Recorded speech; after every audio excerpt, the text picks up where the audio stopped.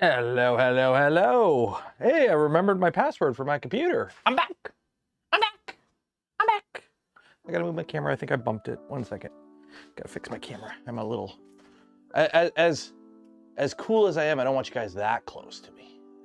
Back, go back. Oh, nope, too much. There, you can see the monitor. And there we go. Right about there. That'll work. Will that work? Hopefully that'll work. How's everyone doing today? This close to canceling. I am tired. I am tired. I am tired, but it was a long day yesterday. Travel days are always long, and I think I lucked out because some other people were traveling from Rocky Mountain. Neo Koyo, the guy who does the Hugh Forge videos. I think his flight was like an hour after mine, and his got canceled because of weather. So I kind of I think I got out just before it got bad. It was a bumpy ride. That was the choppiest flight I've ever been on. It wasn't that bad. It was basically just sit in your seat, buckle up, and halfway through they gave us water. It was a 3-hour flight. It wasn't that bad, but it was a little roller coastery on the way out. But yeah, I'm back. I'm back from Rocky Mountain. Back from Rocky Mountain. Steve Knobs, cheers. Thank you for becoming a member. Best way to support the channel, the content I create, and the things I do is become a channel member, support the Patreon, or if you're really cool, gifting memberships to others, because then other people get to hang out when we do cool member stuff. Have I ever ridden in a Herc? I have. Seats on a Herc suck because they're jump seats, so you're facing inward. You're not facing toward the front of the plane. You're not facing towards the back of the plane. You're facing this way, at least the ones I were on, and they're made out of just webbing. In terms of noise, there is no noise insulation. So you stuff cotton in your ears, and it's cold. But yeah, but actually the weather for the Herc was actually really nice weather, so it wasn't that bad. It was just rickety. What should you print today? Hedemames.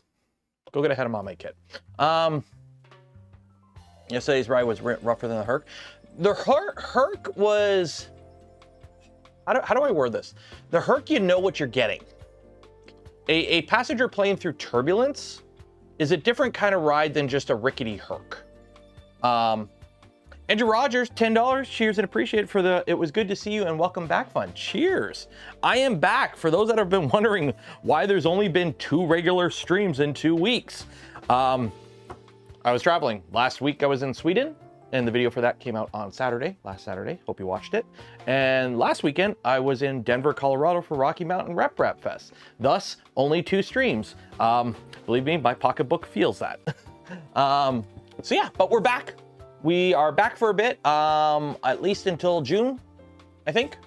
If I go to Midwest Rap Fest, although that will only lose 1 stream, which I might be able to make up by streaming there if the internet's good. If I do go, we'll see. But yeah, we're back to our regular schedule. We're carrying on with the Prusa Core 1 today. Note, today's stream will probably be a shorter stream. Usually I don't stream the day after I come back from something, but I had a pretty good day yesterday. I'm pretty tired, but I do want to spend some time with the family because I literally haven't seen them since Thursday, because I got home last night and everyone was asleep. And this morning I saw my kiddo for 30 minutes while I got him to school. So I do want to spend some time with the family today, this afternoon, when everyone's home. So I probably will cut the stream short a little bit. We might just do 1 section of the build, but we'll see how it goes and we'll play it from there. Hope to get your Core 1 upgrade kit this week, hopefully. What you can do if you get the Core 1 upgrade kit is take apart your Mark IV and then just start watching this build series. There you go. What else? So yeah, so Rocky Mountain was last weekend. It was really cool. We should have about 3 or 4 videos worth of content coming out from that. A lot of cool stuff from that I saw. A lot of good project ideas I got. So hopefully over the summer we can do some of that. And then Friday we'll carry on with the ProForge. We might get that moving because I think we're on firmware. And then lastly, Saturday, we'll see what's going on Saturday. Because we do have the big old Venture XL on the other side of the shop that I have to put together. But we'll see what's going on Saturday. But for now, it's Prusa Day. It's Prusa Day. Prusa Tuesday. Prusa Day. So we're going to carry on with the Prusa Core 1. But before we dive into that, little bit of housekeeping. One, Phil S., thank you for becoming a channel member. Cheers and appreciate it. Do you want to win some filament? I know I do. I know you do, because Costco doesn't carry filament yet. Go enter to win some Polymaker filament. Every stream we give away a spool of Polymaker filament. Link in the video description. Enter for your chance to win. The draw will be whenever I end stream. Whenever I end stream. Far away home on the stream community after work. Nice. I thought the 5-axis V0 was cool. That was cool. I think some people did videos on it. I didn't do a video on it because I did a video on that thing in a previous year. From Plex new Hunger Game movie. I've never watched any of the Hunger Games. I'm not a fan of young teens live in dystopian future and then rebel against government and save the world, because it's a trope that's been overdone to death. Plus, I'm not a young teen, or young adult. I'm 37, damn it, my hairline shows it. Hide it under the bright orange Prusa hat. How at home did you feel in Sweden? I've heard some say it's like a European version of Canada. Well, Sweden was 2 weeks ago. Sweden climate is the same as slightly northern Canada. It was very the same, other than them speaking in Moonspeak. I don't speak Moonspeak. I speak English, bad English, and un petit peu de français. So Moonspeak is a little bit, yeah. 1 second, someone is at my door. 1 second, 1 second, 1 second, 1 second.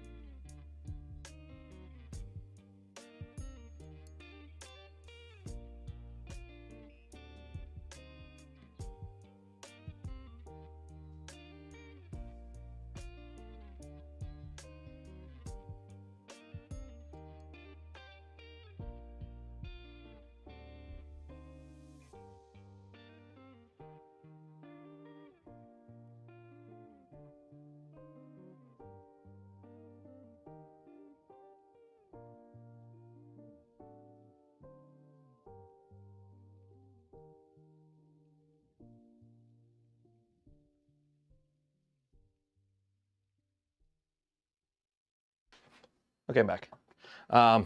No, Santa's not early. Doggo's having trouble with the stairs. Anyways, so let's see. I have to start flying to Rocky Mountain. It's still 380 miles from home. Ooh, oh, you drove? Ooh. Isn't Sweden like super dense compared to Canada? Not really. I mean, it's a Nordic country, so it's a lot of nothing. I'm sure the cities are big, but like between the cities is a whole lot of nothing. Awesome shirt. Heck yeah, Costco. Costco. Okay. Yeah, let's build a printer. Let's build a printer. Where do we leave off? So last time we left off, we put the gantry on this. And Picture Tech was kind enough to send over a bed mat for it and a spatula. So I have a spatula for this printer. I already have a spatula for the Core 1 over here. But now I have 3 of these because they gave me one with my name on it at Rocky Mountain. So, hey Justin. Why aren't you closing? Uh-oh. Uh-oh. What's going on here?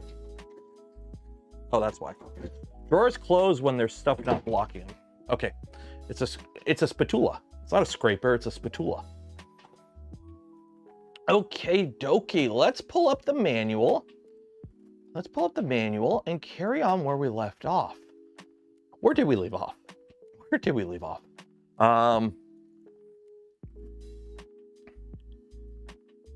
Where did we leave off? So let's see here. Let's see here. Okay, so we did Core XY assembly, Nextruder assembly. Oh, heck yeah. Okay, so that means I could probably take the actual printer off the shelf here, because I don't think we're going to be using this to build the extruder, at least for now. So let's see here. We're going to need some tools. Wow, tools. Did you know you need tools to build stuff? Yeah, so, okay, so we're going to be building the Nextruder, which is fun because we've already built it before for the Mark IV, but I forget how to do it, so we're going to have to follow the manual. Is it worth upgrading the Mark IV S2 Core 1? Duck the Sam. That is not something I have done. I have Mark IVs, I have Core 1s. Both work perfectly fine, and I don't think either of them are bad printers. However, if you find you are wanting to print a lot of ABS, you might want to do the upgrade. So if you plan on printing a lot of materials that benefit from having an enclosed printer, or you need a little bit more Z. This has more Z, right? I think this has more Z. A little bit more Y too, if I remember correctly. So if you want a little bit more room out of your printer and you want it enclosed and a little bit faster, it's not that much of a speed difference, I'll be honest. You may want to look at going with the Core 1 upgrade kit. If you are just printing PLA and PETG and other materials that don't really need an enclosure like TPU, and you're perfectly happy with the build volume and whatnot, it might not be worth the upgrade. Or if you very rarely do ABS and other materials, you know, just buy a little tent and put it over the Mark IV. But if you do find out you do want to do more enclosed materials, the upgrade is worth it in my opinion, because Core 1's a very nice printer. And 2, it takes up less room on your desk because you don't have to worry about a bed going flippy, flappy, flippy. Or if you have a cat. If you have a cat, cats get into things. Or kids. So there you go. Looking to buy one, what would you recommend? Budget is 750, is 750 USD like Clipper, and I dislike bamboo and Creality. Centauri Carbon and a shit ton of filament. Go get a, if the build volume of a Centauri Carbon is good for you, get a Centauri Carbon. Although full disclosure, I haven't used one yet, but I know a lot of people seem to really like the Centauri Carbon, and printers need to eat, okay? A printer without filament is like a screwdriver without a screw. It got nothing to do. So, yeah, get a Centauri Carbon and buy a ton of filament. That's kind of like the current, my recommendation if you're not a fan of the bamboos or Crealities. Okay, so let's put you on the ground here. And now we need to build. So Papa, Plintus. Yeah, so my usual go-to, if people ask me on recommendations of printers, I'm very hesitant to recommend things I don't have firsthand experience with. But if I hear enough good things from people that I kind of trust, or just the community kind of overwhelmingly says, yeah, this is a good thing, I'm okay parroting that. And I've had a lot of people tell me they like the Centauri Carbon. Also the FlashForge Adventurer 5M, I've also heard pretty good things about it as well. I have one. That machine I don't really use a lot because I have other machines, but I have had a good experience with it, and I know a lot of other people like that machine too. The only thing to keep in aware with the Centauri Carbon, it is not running Clipper. It is running their own proprietary firmware, but from my understanding, it works fine. So the Centauri Carbon is not running Clipper, if I remember correctly. It's running their own proprietary firmware, but from my understanding, the firmware is pretty fine. So, but it's also really cheap. So yeah. Could get a Micron kit. You could, but usually if they're excluding companies and they're not directly asking me about a kit, I'm assuming they're not looking to get a kit. As much as I love kit printers, that's what we do here. We build 3D printers on live streams. I fully understand that not everyone wants to build a 3D printer. It's a lot of work, and some people just don't want the hassle. Some people just want make plastic boat. Some people just want make plastic boat, and I'm perfectly okay with that. What I'm not okay with is, where did I put the parts for? I gotta find the, oh, they are in the electronics package. The printed parts for, where's the electronics package? Is this the electronics package? Electronics. Am I missing a box? I can't be missing a box. There's the motors.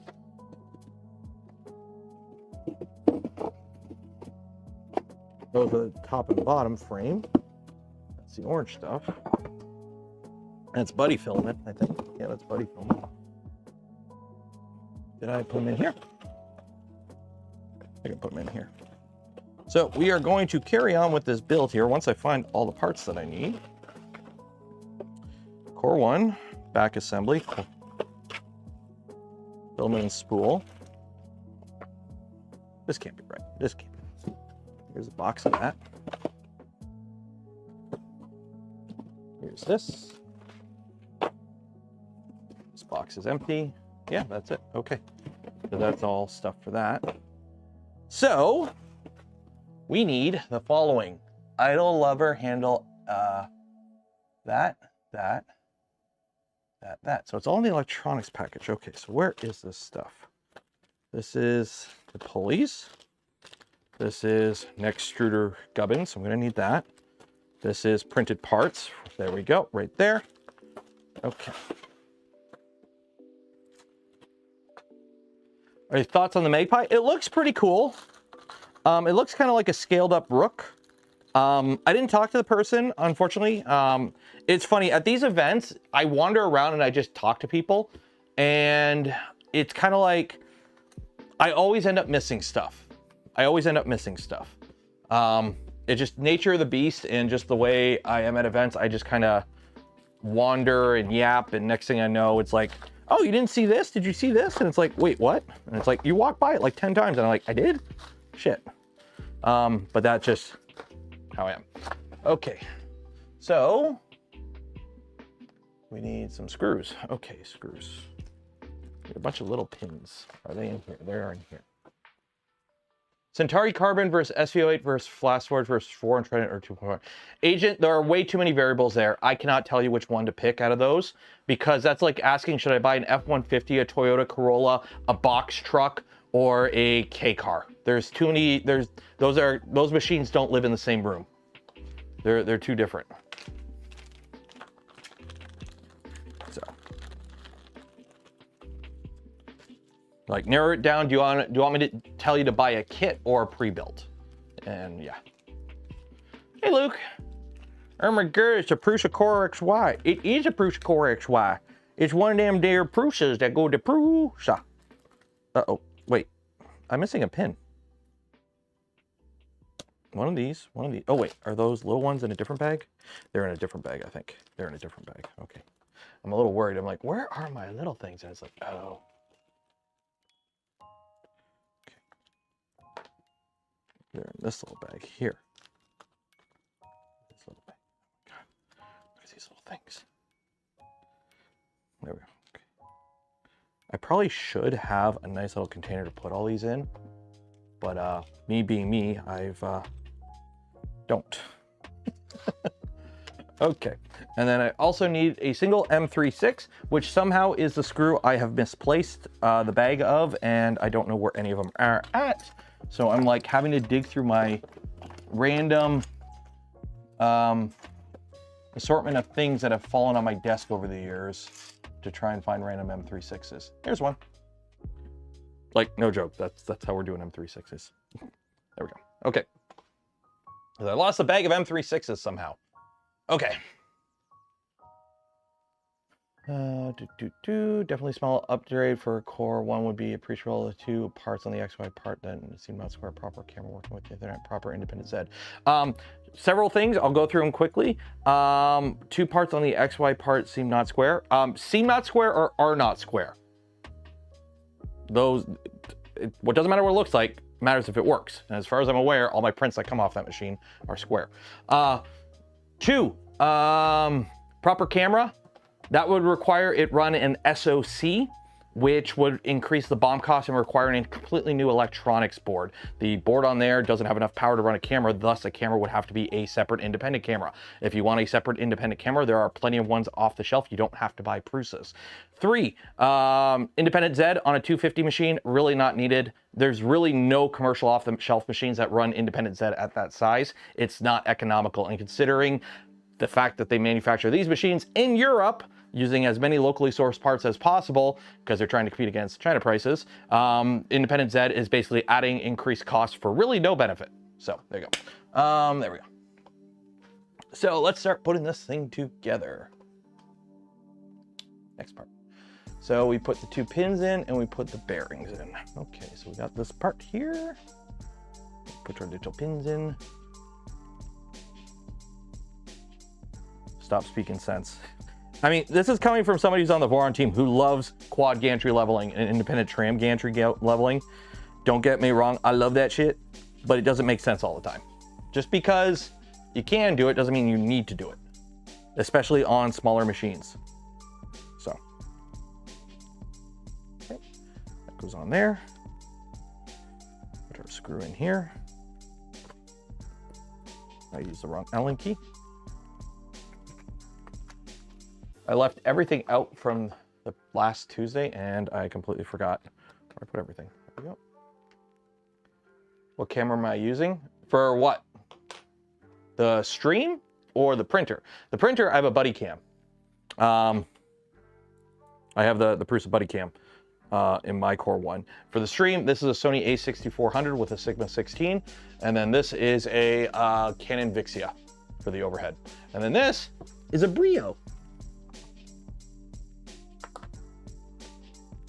And we put this little guy in there. And it looks like we make it flush. So this goes in like this.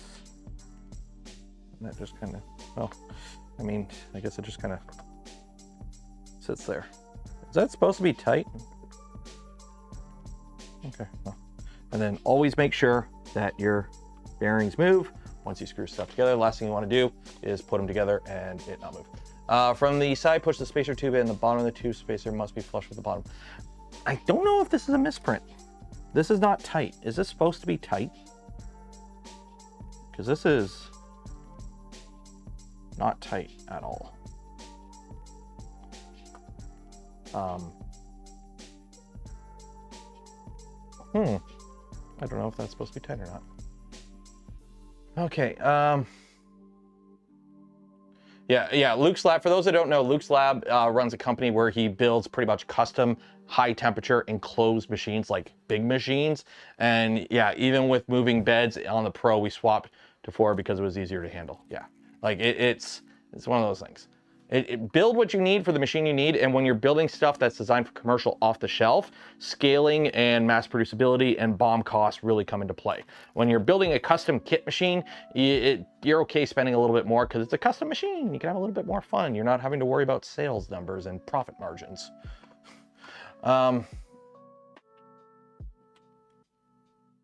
Brio's good quality. I think it's just a random webcam. I just use, for the mobile cam, I just use a cheap webcam, like a C9. Anything 1080p, it's a webcam, I move it around. Tube doesn't need to be tight. Okay, no giveaway entry form. 117 people have found the giveaway entry form. Hit refresh. If you joined the stream before, I add the link just before I go live, so you might have to hit refresh. Okay, so now we're gonna need these parts. So let's grab these parts. So we're gonna need this printed part. We're gonna need this part, not that part. I'm going to need this part with the load cell. I'm still waiting for the day that Prusa sells the Nextruder as an all-in-one kit with compatibility and clipper for the load cell, because I really want to build one of these. I really want to use these in a printer. Okay, so let's see. So, oh, and the gears. Metal gear.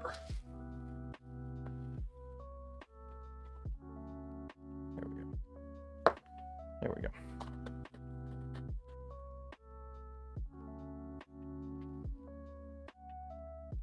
Single piece assembly of their,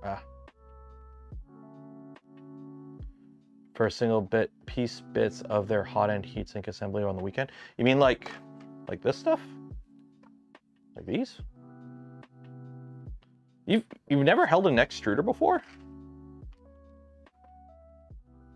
Core 1 review video, and you've changed the order. I had planned on getting new printers, getting a Core 1 first to replace my Ender 3.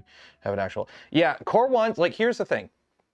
If you are getting into 3D printing as a hobby versus I'm getting a machine that I'm going to have to put a lot of hours on, my answer to what printer I would recommend will be different.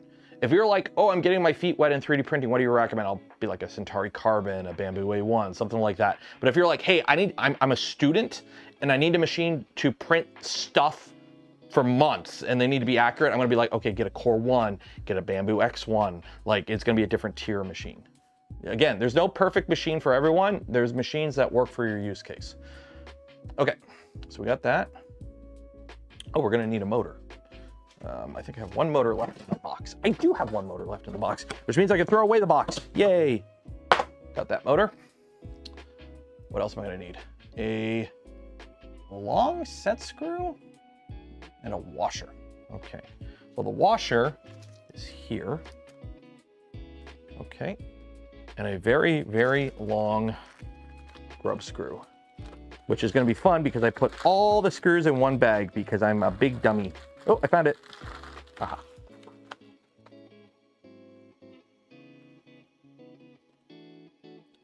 There we go. 2, including spare. I love how Prusa's like, you need 1, but we'll give you 2 because 1's a spare. So perfect. Okay, there we go. So before proceeding, mine looks different. Mine is nitrided. Did they change that? That looks silver. Oh well. I can't remember if my previous ones are nitrided. Place the washer over the shaft. Okay.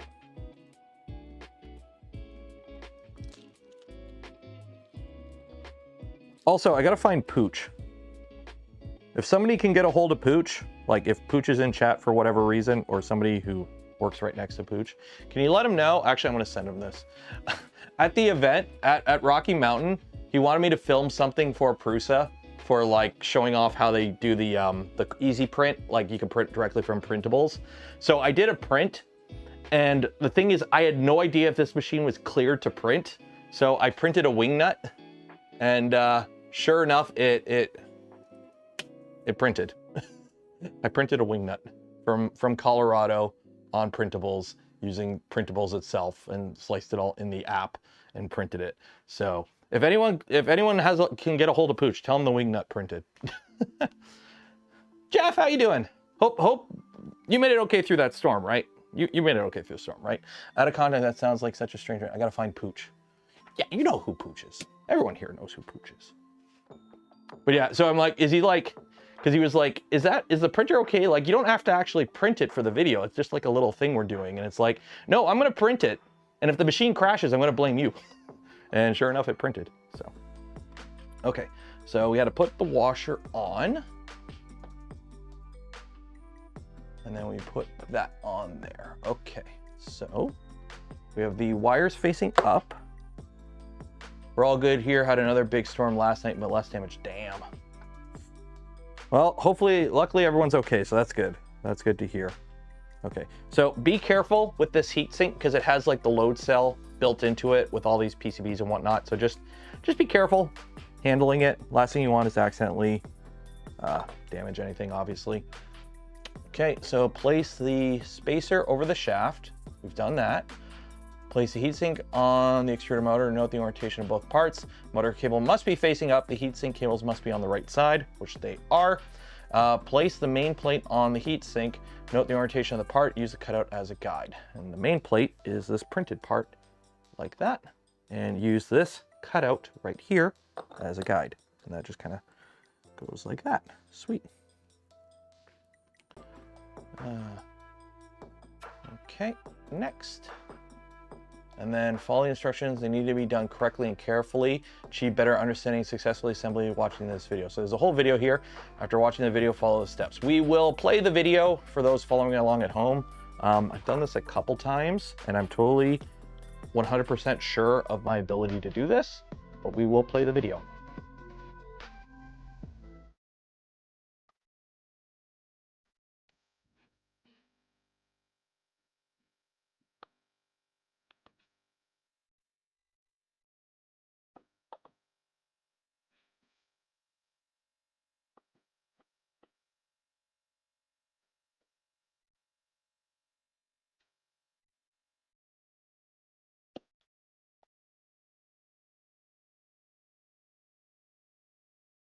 Yep.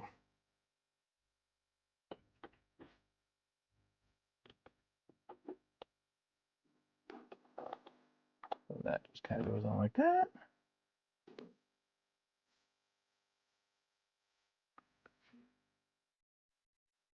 And that kind of goes on like that, and that goes on like that. Okay.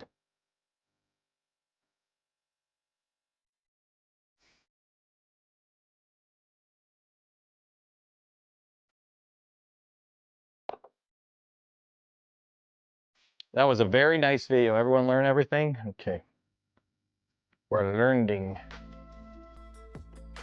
Okay. So we have that. It's all nice and lined up. Put this over that over that. Wheel that down on. There we go. And then make sure that it moves. Oh, look at that, it moves. Cool. And then we take it off. Voila, done.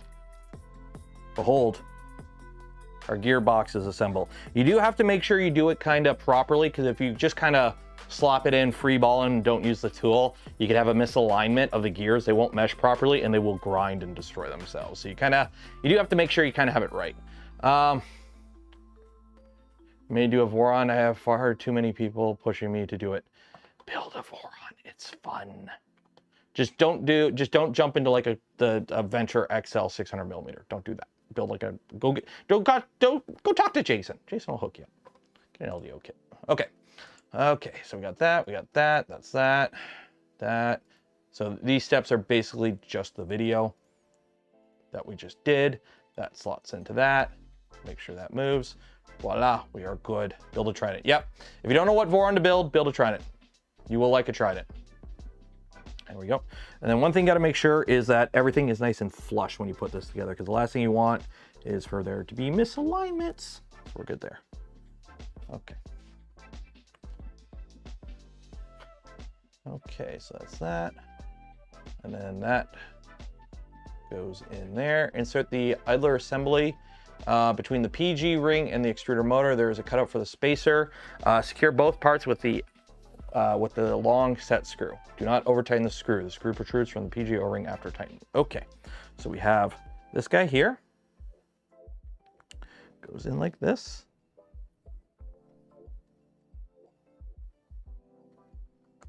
Okay.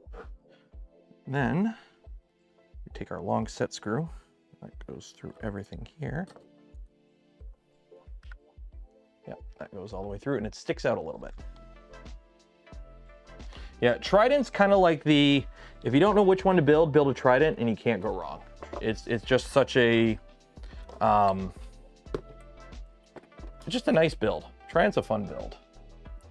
And I'm totally not stalling for time while I try and look for my little Allen key to tighten this up. Because, you know, the kit comes with Allen keys, but I keep avoiding them.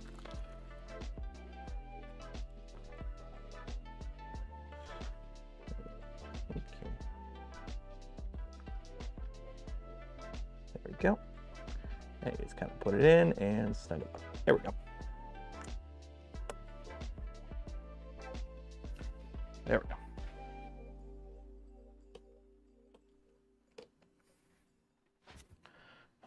Okay,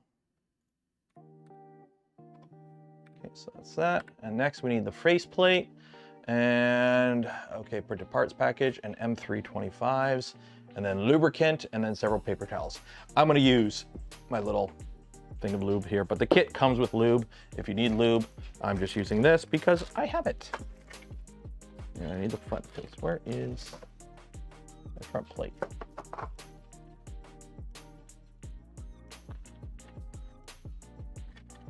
Oh, there it is. Put an extruder on a Voron. I do too. The problem is you can't buy them standalone. You have to like basically buy all like parts, and it's kind of annoying. Also, you would have to deal with the offset. On the Nextruder, the filament doesn't come through the middle, it comes off offset, so you'd have to play around with your tool head. It can be done. I believe somebody has already done it. I believe somebody has already put an extruder on a Voron, but I don't think it's super common. Yeah, it's on printables. Here, let's take a little detour here. Printables. While I'm doing this, just remember, if you want to help support the channel, the content I create, and the things I do, consider becoming a channel member, Patreon supporter, or if you're really cool, gifting memberships to others. Best way to support the channel.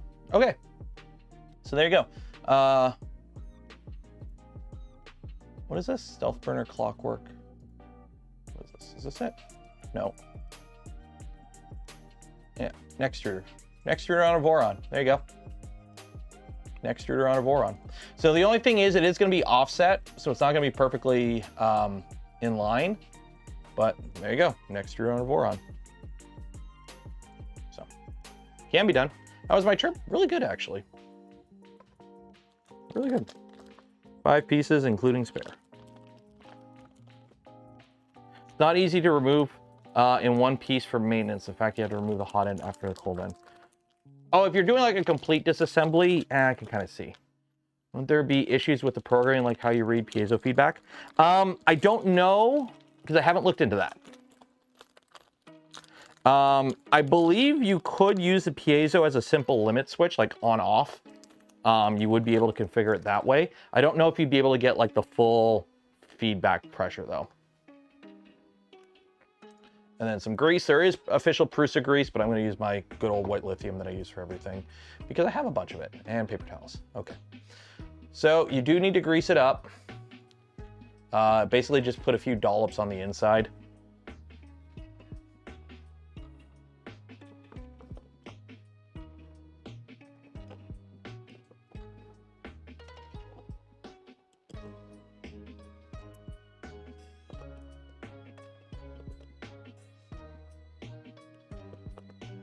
There we go.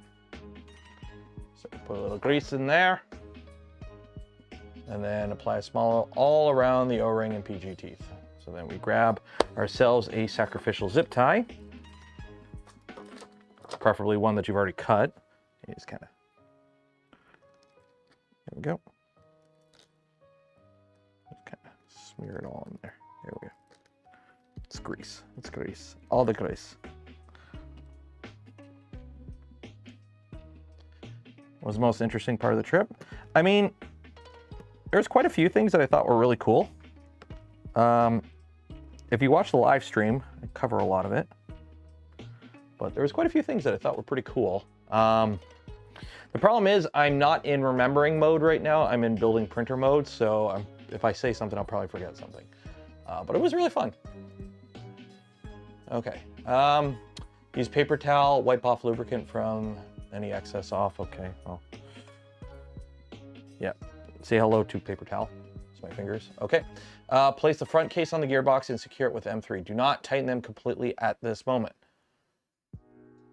Yeah, I forgot my stupid thing. I bought a gimbal. I have a gimbal, so I can put my phone on a gimbal. So when I live stream on the go, me with my shakes, you can actually see what I'm doing. Unfortunately, I forgot my gimbal because the last like 2 trips I went on, I didn't need it. Or the last 3 things I went on. Because I didn't bring it to Rapid. Because I wasn't going to live stream from that kind of trade show. So I didn't live stream at Rapid. I didn't bring it to China because I wasn't going to live stream in China because I didn't even know if I could live stream in China, so why bring the gimbal? And I didn't bring it to Sweden because I live streamed from a fixed position because they had a studio. So the last 3 places I went to, I didn't bring the gimbal, which means when I was packing for this trip, it just wasn't on my mind to grab the gimbal. I just forgot. Because literally when I came back from Sweden, I didn't even unpack my backpack. I just left all my electronics in the backpack and charged them all in the hotel when I got there. And then, like the only thing I took out of my backpack was the, my, whatchamacallit, my portable hard drive that I use, my portable SSD just for the, so I can pull the footage off of it. And then my clothes, I literally took my clothes out of the bag, out of my suitcase, because I use a laundry bag. So I took my laundry bag out of my suitcase, threw it in the wash, washed it, and threw it right back in the luggage. So do not tighten them completely at this moment. The screws in the front case will be completely tightened during the self-test and the final chapter. Okay, so in that case, I have them snug, and I will just back them off a 1/4 turn. So go snug, 1/4 turn. Not tight, just snug, 1/4 turn. So now they are kind of loose. There we go. Is there a new Trident coming out? No. No. In terms of kit hunting right now, Spectra, you're probably going to have issues finding kit due to stock issues, due to tariffs. Because of the whole tariff thing, good luck. So what you're seeing is probably just what's still in stock. I will say a 300 Trident is what I would build. As for colors, you can customize the printed parts if you're not happy with a black frame, but black goes with everything, so there you go. Okay, so now we need these little 3 printed parts here. The full Steadicam. I don't like Steadicams because they're too heavy, I'll be honest. I pack light. Like, I pack light. Whenever I cover an event, I am packing light. Like, there's a reason I like the DJI Osmo. Okay, and then we need some screws. So let's grab these out.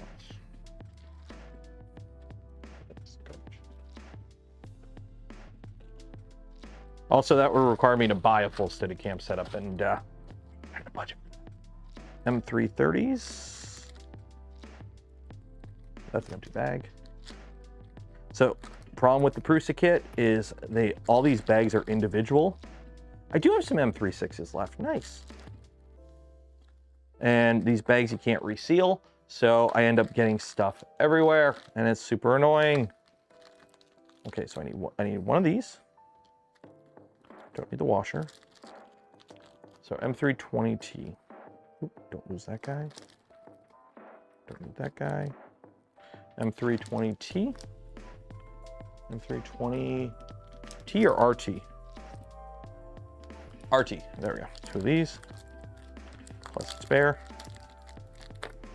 So one of these. That. Okay, so M330s are probably in here along with this guy. Yeah, this is the problem. I put all the bags that you open up back in this bag, and then everything just kind of falls out. So it's like you almost want to get like a whole divider set up immediately when you start this build to make sure you have everything.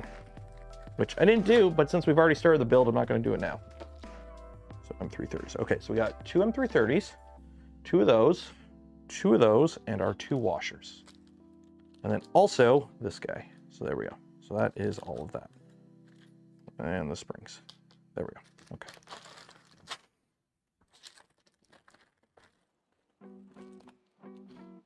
Yeah, honestly, that is, when it comes to building a Prusa, my biggest critique is literally just the way the screws come. I know they're very happy with their machine that makes all the screw kits and everything and seals them up and labels them and everything. But when it comes to the build, unless you have like an acro bin or a 3D printed container to put every screw in immediately and it's labeled and everything, they just become a bag of screws that you sort through at some point. So it'd be really cool if there was a file on printables that had, for each Prusa, you printed it off and it had all the different screw sizes in individual labeled containers, and you would just pour them in as you go. That would be nice. Okay, so now we got to build this. So we have two printed parts here. Are these both the same? I think these are both the same, so we're okay there, I believe. Yes, okay. So we take, this goes in here, and then the spacer goes over. And then we put the other side on with a lock nut.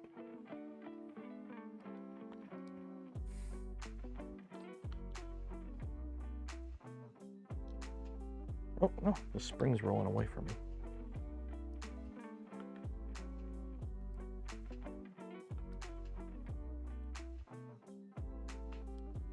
Okay, so that's that.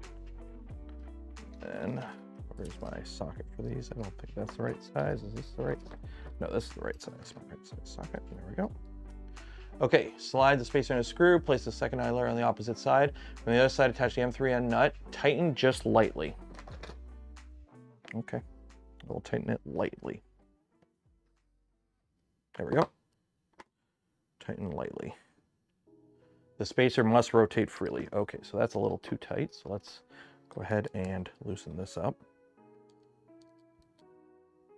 It's got to rotate, right? That's why it's a lock nut. There we go. Nope, that's a little too tight, or it's a little too loose.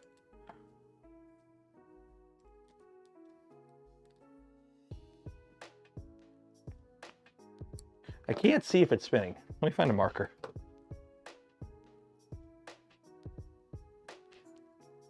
Oh yeah, it's moving. Okay, we're good there. We're good there. Good there. Okay. Okay, and then we have the other half here that you put in, and the same thing. Do not over tighten the nut. It must be possible to move the idler swivel with the idler nut. Okay. So this goes through like this. So we have that orientation like that. This goes like this. And this goes on like that.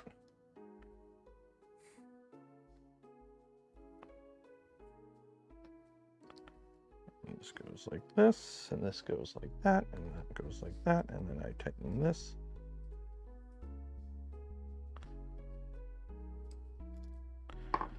And it's got to be able to move, but it's got to be tight. There we go. One little bit more. Yeah. Yeah. Come on. Come on. Come on. I put the nuts on the wrong side, I think. Oh wait, no, this is the right way. No, it is the right side. I'm holding it upside down.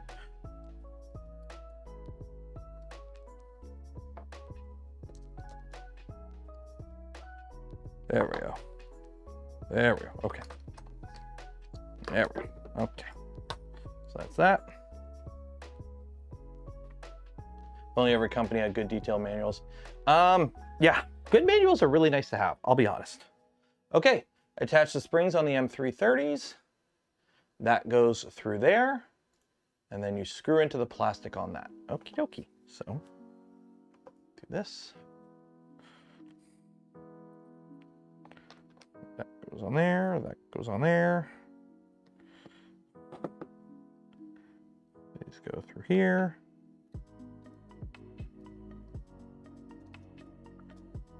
And then we have, that goes face up like that. They screw into that. Okay. So.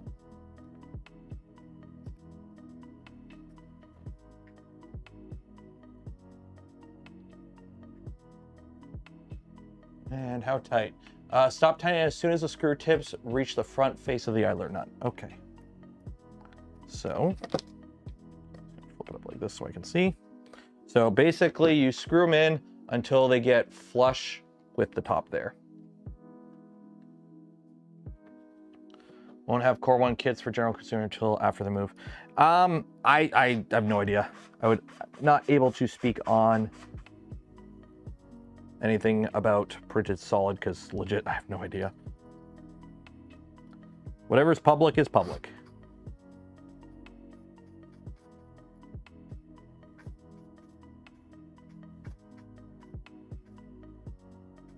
There we go.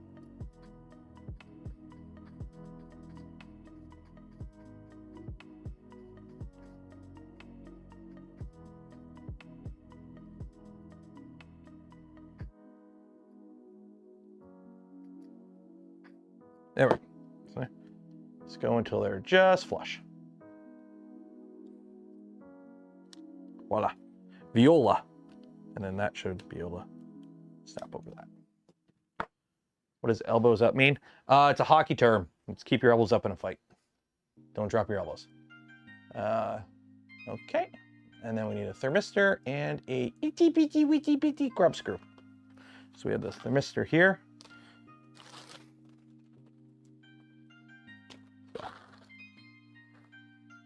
And here is the itty bitty witty bitty scrub screw, including a spare. What is the name of the electric screwdriver? It is a Fantic. It came in a kit, and I bought it at Costco because it was on sale, and I just happened to be walking down one of the aisles, and they had it there, and I'm like, ooh, I don't have a bigger electric screwdriver, so I'll grab this. And it's been okay. The only downside with it is it's kind of big, so you can't always get it in positions when putting together printer parts a lot of the time. And also the bit selection that it comes with is not really conductive to building 3D printers. The smallest size is like M4 or M5, so it can't do M3 screws. So I'm actually using a TR10 bit to do M3 screws, which isn't the best, but it does work. Okay, so we got that, we got that. That goes in there from the back, and you put the little itty bitty set screw in. Okay, so we flip this around. Okay. We take our thermistor, and that goes in this hole here. We put our set screw in. What's the difference between a Trident and a 2.4? Quite simple. The gantry, the XY motion system on both is the same. It's basically the same. The difference is on a Trident, the bed moves and the gantry is fixed. On a V2, the bed is fixed and the gantry moves. So my usual rule of thumb is if you plan on building 250 or 300, go Trident. If you plan on building 300 or 350, go V2. You really can't go wrong with either at 300, in my opinion. And if you don't know which one to build a Trident. The advantage with the V2 is the lower center of gravity.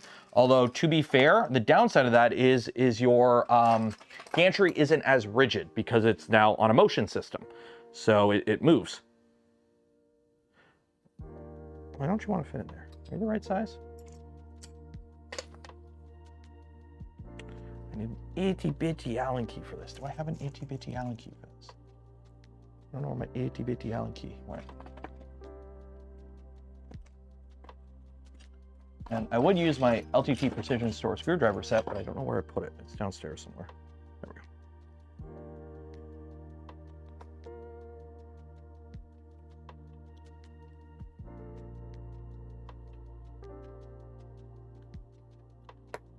Overhead camera. So we're putting the thermistor in here from the back, and it goes in so it's flush.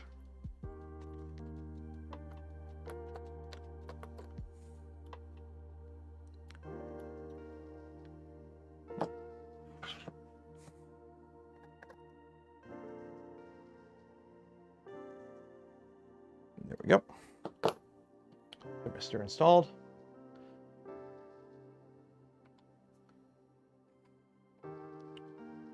So that is that. Tighten gently but firmly using 2 fingers on the short side of the Torx key. Yeah, because if you over tighten it, you can crack it and it won't work. Okay, so now we need the Nextruder spacers ×3. Found the electronics package. That's this box. This box is empty, garbage. This is a PCB.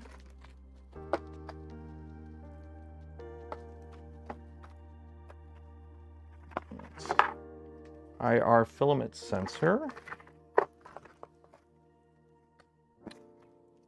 Where is, did I?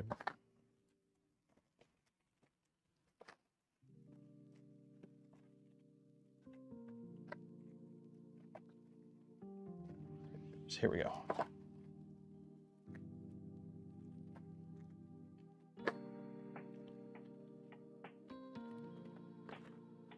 Also, try and starts printing at the warmest part of the chamber. Yeah, there are advantages to both. The general rule of thumb is if you can't tell which one suits your use case the best, go with the Trident. Like, I'll be honest, a print off either one, you'll never be able to tell which one it came off of. But if you can't tell which, if you can't justify one or the other for your use case, go with the Trident. That's kind of the general rule of thumb. If you're going bigger, V2 makes more sense, lower center of gravity in my opinion, and less moving mass. If you're going smaller, Trident makes a little bit more sense as it's a smaller build and it's a simpler build. It's a little bit simpler as well of a build because you don't have to deal with quad gantry leveling and tuning for belts and whatnot. M310s, big old bag of screws. When I plan on building an index, go with a Trident for the inverted. Yeah, that's an option. Like, here's the thing. You're not going to go wrong with either or. Like, I've got Tridents, I got V2s. They both work good. There's really, either one is really better than the other. They all have their pros and cons. As I always say, there is no best option for everyone. There are options that work for some people. Okay. And then we also need a cardboard box for temporary heat bed protection. What? Oh, I guess we're installing this, so I guess I gotta get the printer. Okay. So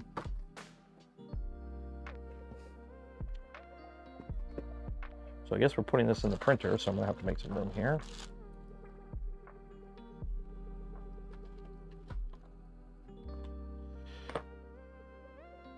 I will say, I got home last night. And you know how when you get home from a trip, you just want to relax, right? So I got home last night, made myself a coffee, and I watched an 1.5 hour long Nakey Jakey video about Counter-Strike, and it was great. Best way to unwind after a long trip is an 1.5 hour long YouTube video essay about something you don't do. I don't play Counter-Strike, but now I want to play Counter-Strike. Okay, we're gonna forego the cardboard box because we have build plate. Trident is better for tool changers. I thought so for a while too, that all the stealth changers use V2s. So it depends what kind of tool changer. So yeah, the video is heartwarming. Oh yeah, yeah, other people have seen it. It's a good video. It's such a good video. I'm like, shit, I'm invested in this. Okay, so we're installing these 3 nuts right there on that. So that should be pretty easy. We in frame. Yeah, we're kind of in frame. I'll just scoot you over so you can see. And I'm got the downside where I'm staring into a light when I do this. 1, 2.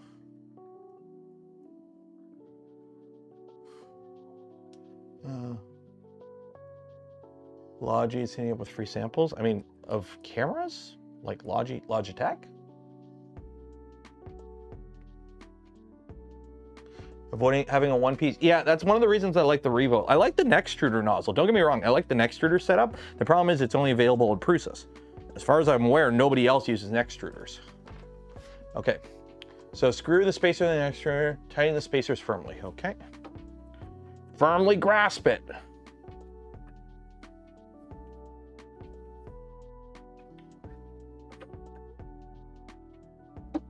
Okay. Place the Nextruder assembly on the spacers. And then you tighten it with the 3M3. Do not over tighten the screws. Ensure the NTC cable is pointing to the left. Okay.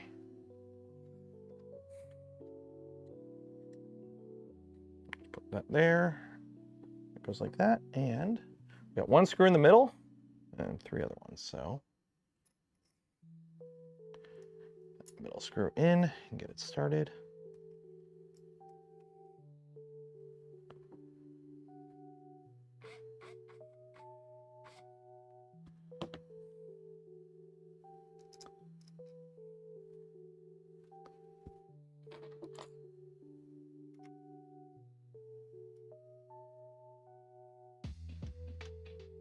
Get all your screws in before tightening them.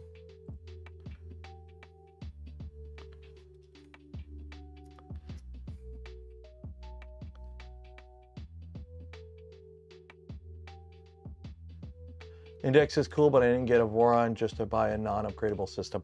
I mean, it technically is upgradable. It is an upgrade. Yeah, Index is definitely like, you know what you're getting into when you get an Index. Do not over tighten the screws. Yeah, you gotta be careful tightening these screws because they do screw into plastic and you don't want to accidentally over tighten it and rip them out. Well, I don't think they screw into plastic, but it's like a nylon, or it is a plastic, but you gotta be careful not to over tighten them. Ensure the cable is pointing to the left, okay? Then we need our fan. I'm a big fan. Oh no, he's a Widow fan. Okay, M34RT and M318s. Okay, so like that.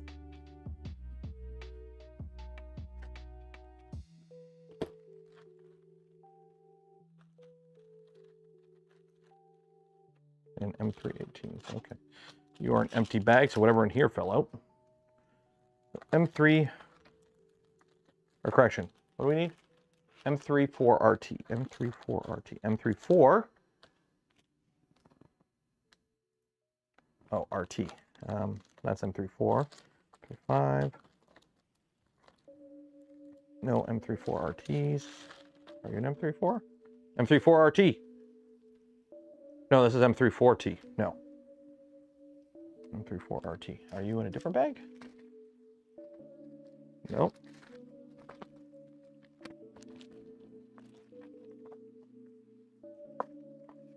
Oh. Okay. Maybe they fell out. I think they fell out. No, M34RT. Okay. Then I also need what? Two M318s.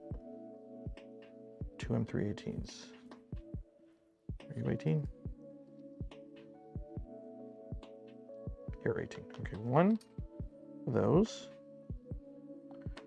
So we got those two. So I need M34RT. 3. Oh, M35 RT, the M34 RT.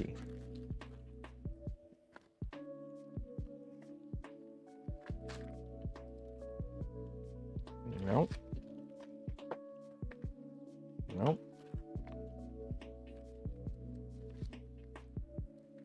Nope.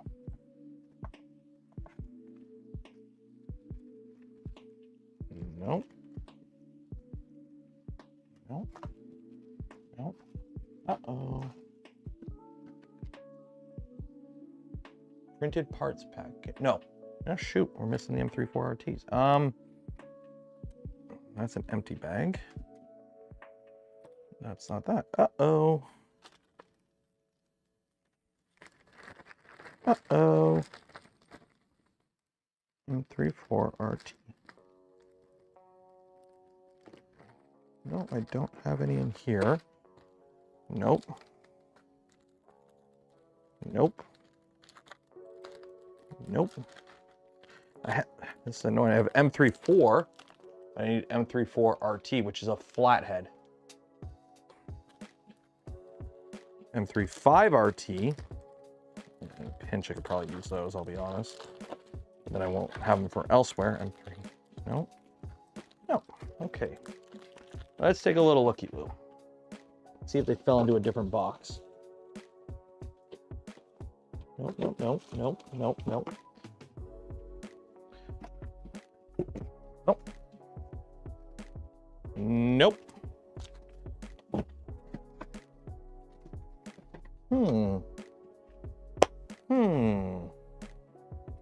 Okay.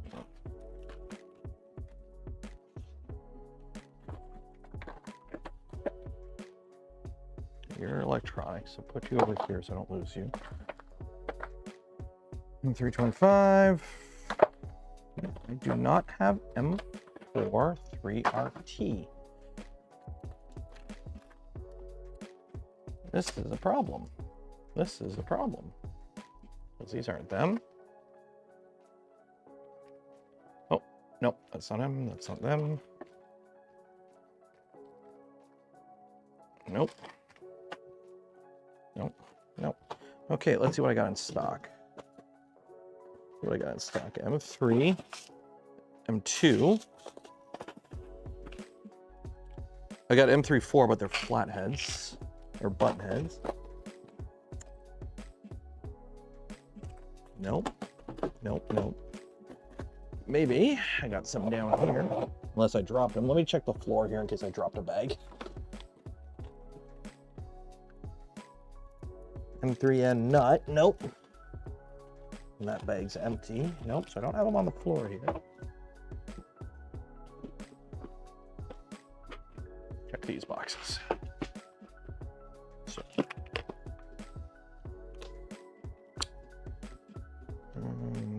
Nope.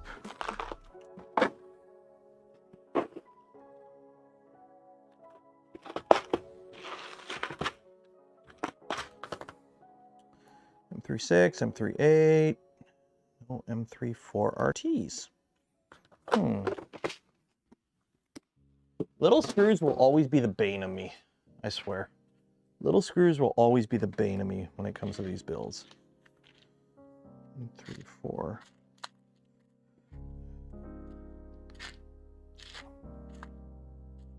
Well, I guess we're gonna have to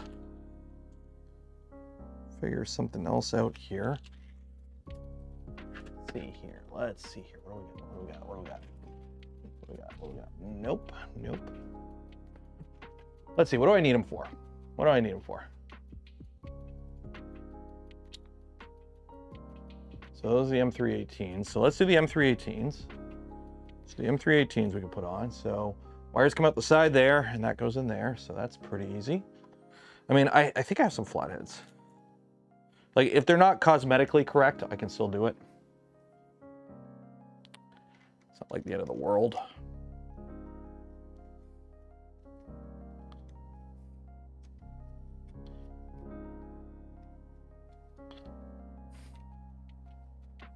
There is a sticker on the hot end fan. The sticker must be on the rear side, not visible. Okay. Lower left corner. Tighten the screws gently but firmly, otherwise the plastic housing may crack. Okay.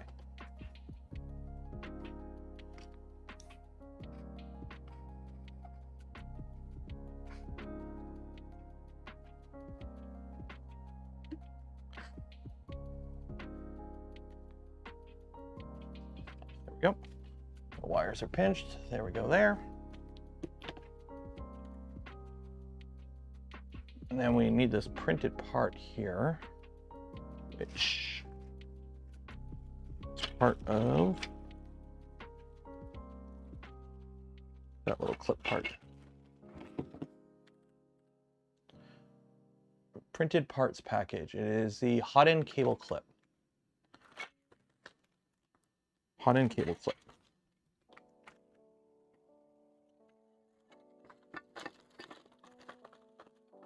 And cable clip. By the way, I love the PCCF parts on this, like PCCF. That is for a print farm part, that is nice. That is very nice.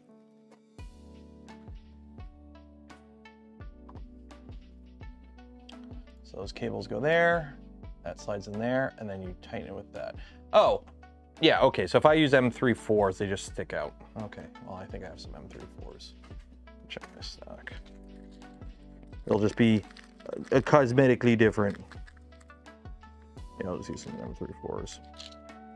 I can live with a little bit of a cosmetic difference. It'll make my machine special and unique. So it looks like the fan wire and the thermistor wire go in that side. So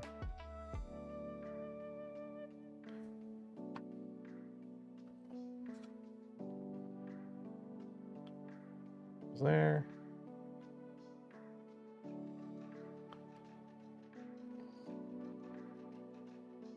Get in your hole. Come on.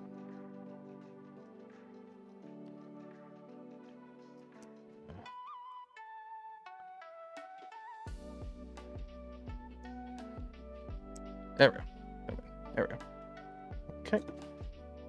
Then, oh, you get in your hole.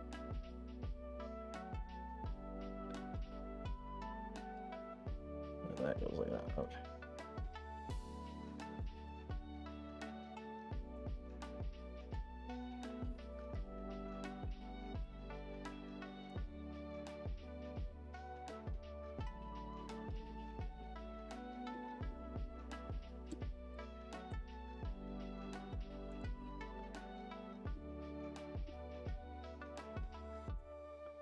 There we go.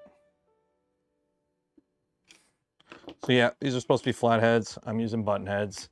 My machine will be slightly different from a standard machine. Oh, I think the fam's home. 1 second here. Put my head inside and see how everyone's doing. Yeah, so these go like that. Okay, so that is, there we go. That in there, and then we put those screws in. There we go. Okay, 1 second here. I'm just gonna poke my head in the house for a second. Un momento.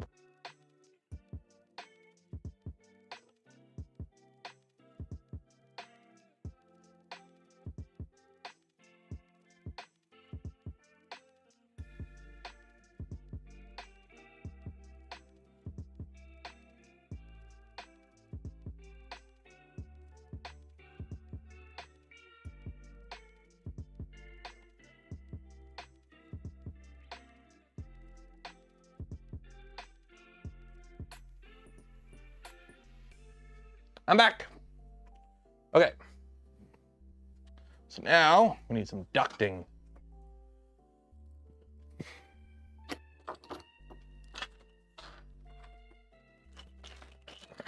We need this piece.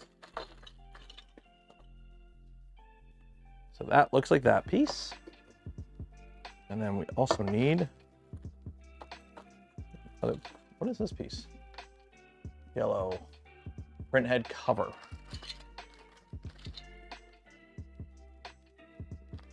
Wait, what? I got this one. That's print head cover. And I need this big piece. Where's this big piece at? Oh, wait. Nope, nope. Oh, it's in a different bag. So of course they're in different bags. There we go. This bag's empty. Goodbye. Yeah, I mean, like, yeah. For print farm parts, woo, that's good. So we need that. We're gonna need the cable. So love board mount found in the printed parts package. Main cable, electronics and fasteners.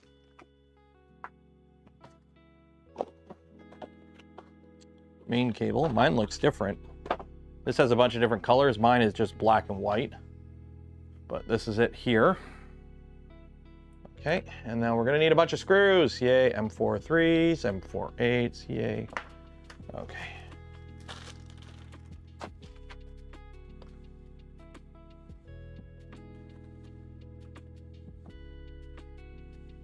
So we need M310s times 4.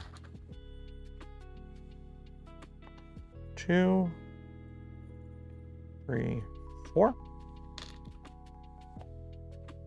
Okay, M38RT times 1, and then square nuts. Some square nuts here.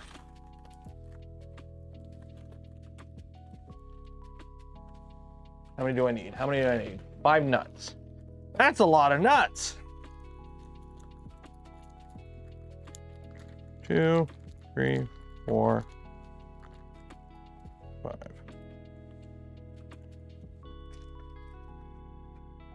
And then the list, the list continues on the next step. We are going to need the love board. Yeah, baby. Not you.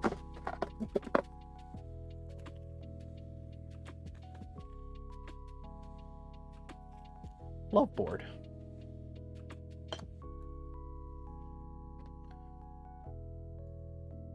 Okie dokie. Centauri Carbon versus SV08.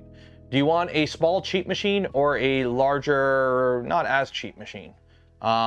Personally, buy the machine that is the size you need, not the size you want.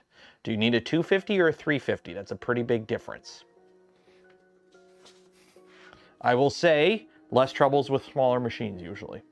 And smaller machines are usually dealer with.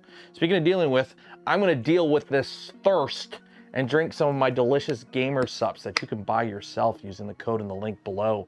Use code Canuck, and I think right now they have free shipping on.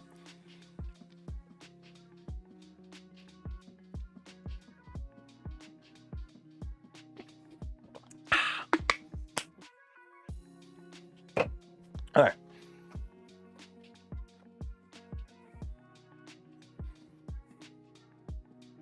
So now we got to put this nut in its slot. That goes in there.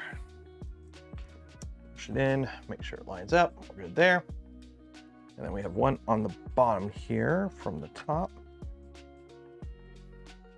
That's what she said, exactly. Yeah, I actually do think GamerSubs is doing free shipping right now with creator codes. Because they sent me the email, but I'm like, I'm on vacation, or I'm not on vacation, I'm traveling right now. Okay. So we did that, we did that.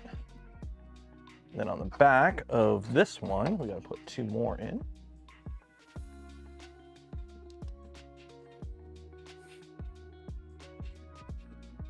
I have no idea what I'm doing for dinner tonight. I might go out for dinner tonight. I'm trying to avoid eating out as much as possible. Because it's stupid expensive nowadays, and also it's not good for you. But I really don't feel like cooking. I don't know what we have. Oh, and we got one more. We'll see, we'll see. See how hungry I am when I finish this part.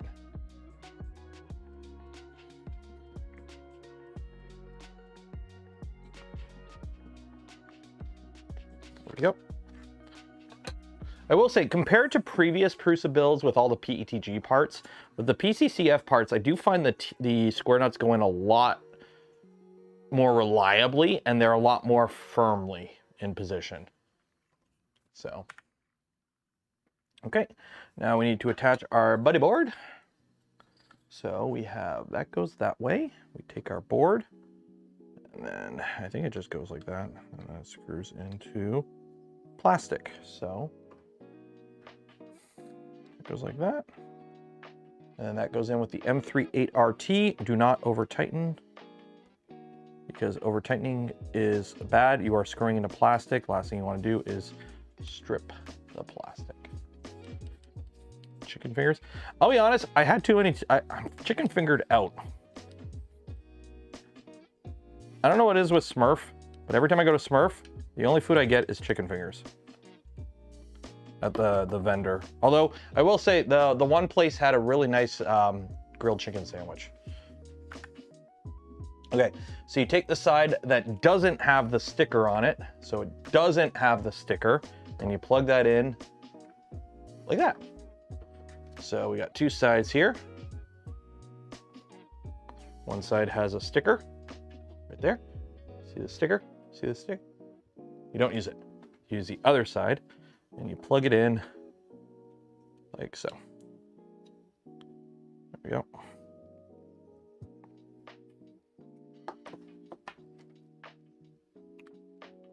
And then twist the cable half a turn, fold the cable over the love board so it sits the opposite side, turn the love side assembly upside down.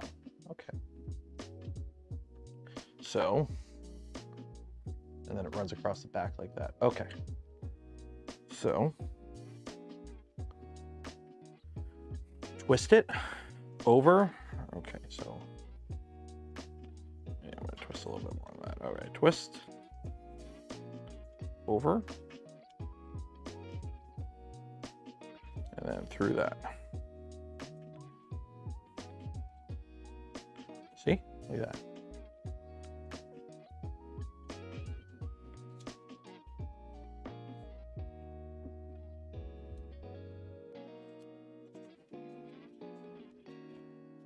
Okay. And then, avoid punching any wires. Insert two M3 ends into the love board holder. Okay, so those two go in there.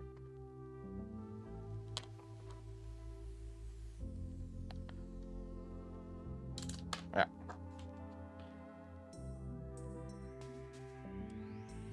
Okay, try not to pinch any wires.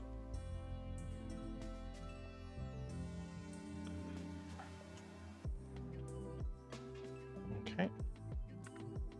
And then you put this case on the back, and you hide that case in with two more M310s. So,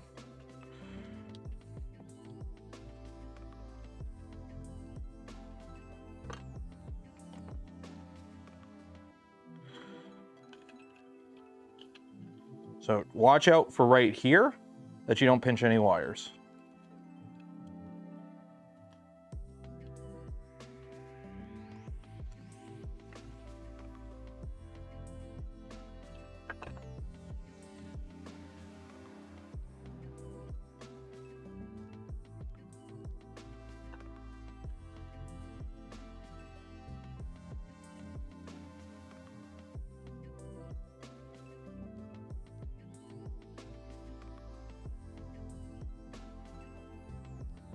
There we go. Okay. And I think if you get it right, it sits pretty flat, so.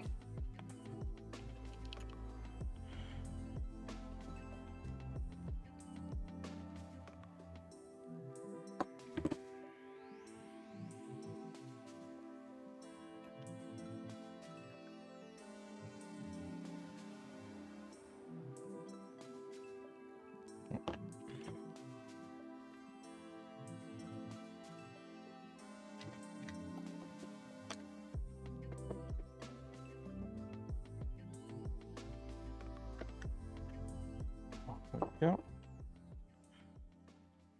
Oh, shoot, is that? I don't know if I pinched the wire or not. I don't think I did. I think we're good. Yeah, we're good. I think we're good. So these ones, you have to pre-install these nuts because you get on them later. Not liking this gap I have here. I don't know if this gap's supposed to be there. Yeah, nope, I pinched the wire. There's not supposed to be a gap. Okay, 1 second here.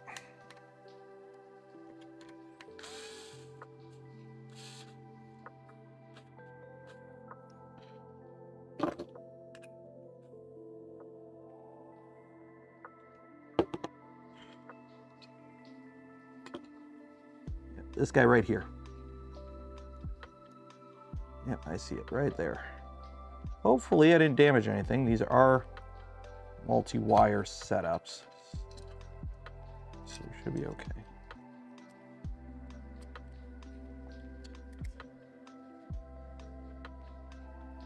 I think we're good there.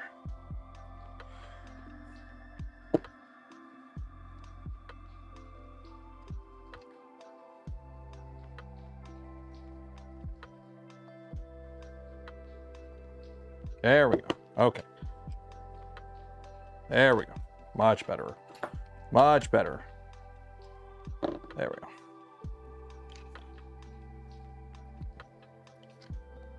I wish there was like a little window so you can just verify visually, but I think we're good now. I think we're good now. Yeah, I think we're good now. Okay. So that's that. Now we need some more M38RT, M310s, and a pneumatic fitting. Okay.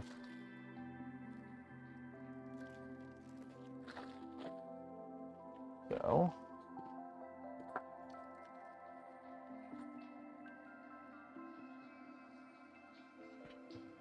M310 times 1, M38RT times 2.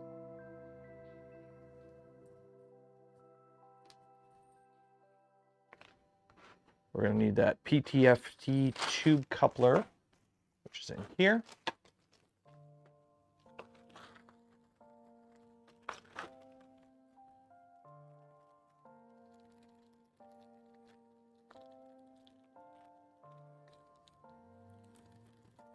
Okay.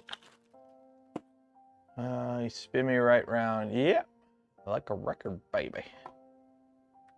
We're going to need the PTFE tube counted in the core XY and hinges set, which I don't know where I put the PTFE tube. I think it's black. No, that's a wire. What? Maybe it's in this box. Maybe it's in this box. How do you lose a PTFE tube? They're like long. Literally. How do you lose a PTFE tube?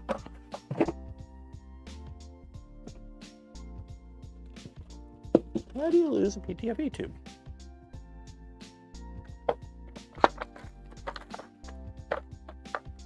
Who loses a shoe? Oh, no, those are the M35s. Nope. Who loses a shoe now, really? Oh, PTFE tube. This might not be it. PTFE tube. 710 millimeters. This is not 710. How do you lose a PTFE tube? I took it out of the box and then I put it somewhere. Or I fell. Found it. Okay. At least I think it is. What is it? 710 millimeters long?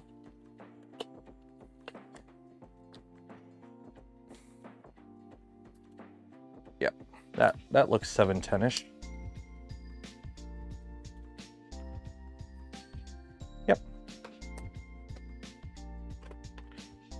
Okay, and then, ooh, fancy. So now we need this guy, which is a hinge. And then also zip ties. See, I could be fancy and use my LTT store. Do I have them in here? I think they're upstairs. I have an LTT store ones, but we're gonna use the ones that come with the kit because we're judging the kit. Okay, oh, and some printed parts.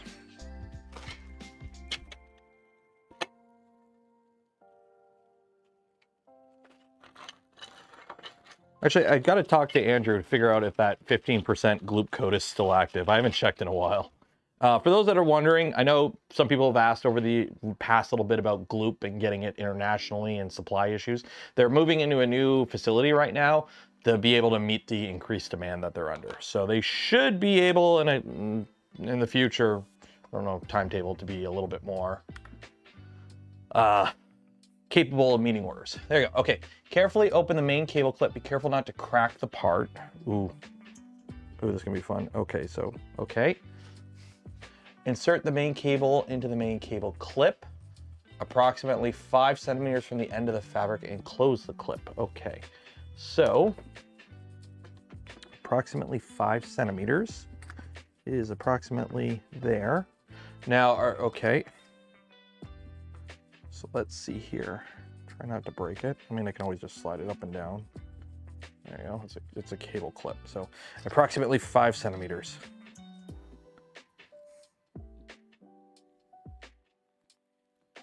There we go. Okay, and then it goes down the back. Okay.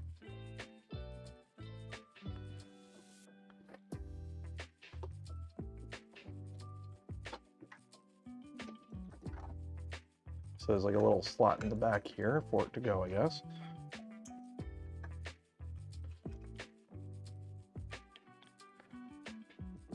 Uh-oh, I pinched a wire. There we go.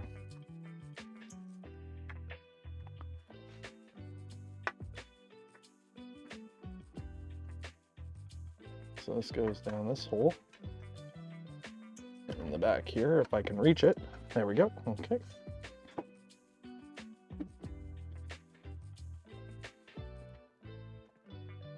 And then you screw it in with an M310. That is gonna be annoying. Let's see here, M310, which is this guy, which is not magnetic. You know what, screw it. Breaking my rule. M310. These are one of these. Why? Because they're magnetic. There we go. And now I don't have my little step stool in here. Dang it. Oh, my little step stool in here. Okay. Well, it attaches. Do I have this the right way around? Oh, I put this on the wrong way. Shoot, I gotta spin it. Yeah, because it attaches on.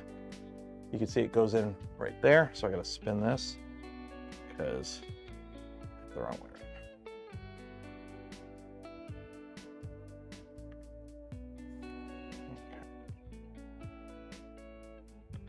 That goes like that.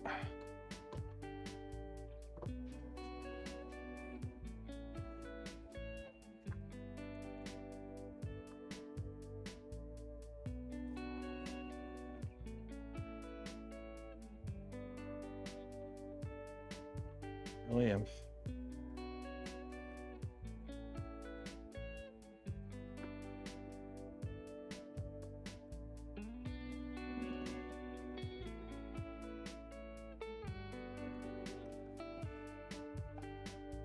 Okay, this isn't gonna work because that's not. Oh, there we go. There we go. Okay. So you got to screw it through like the plastic to get it to kind of like protrude, and then it goes in, and then we tighten that. Super annoying, but it's working. There we go. There we go. Use the power armor boots. You joke, but that would work. They're downstairs though. I'm working on them downstairs right now.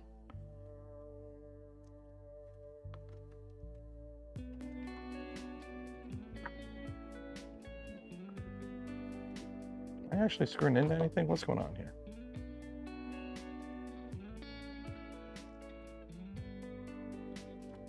All right.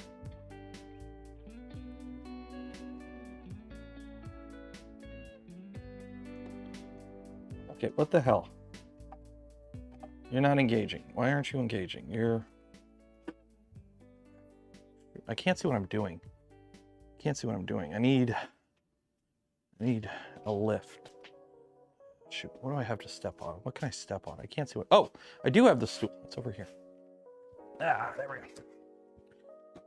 I do have a step stool. Haha. Now I can truly rise to the occasion. Doesn't help I have a shop light right here shining in my face for lighting.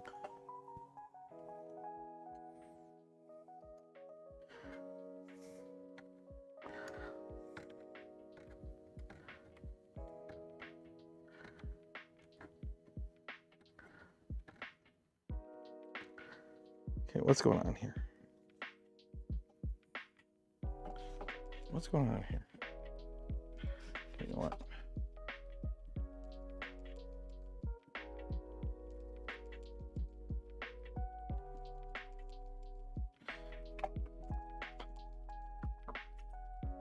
Oh, that's why. On 3D glue and use code Canuck. It's still valid. Sweet. Well, there you go.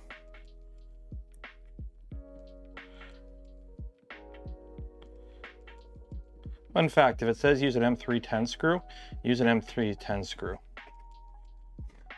Don't just assume the screw that's in the M310 slot in your storage box is M310. Actually double check.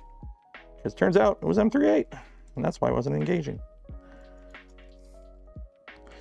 But yeah, it is kind of an awkward spot. Like there's really no way to get around it. Like you do have to put a screw here. It's not too bad, it's just kind of annoying. There we go. Hand cramp. Okay, so that goes in there.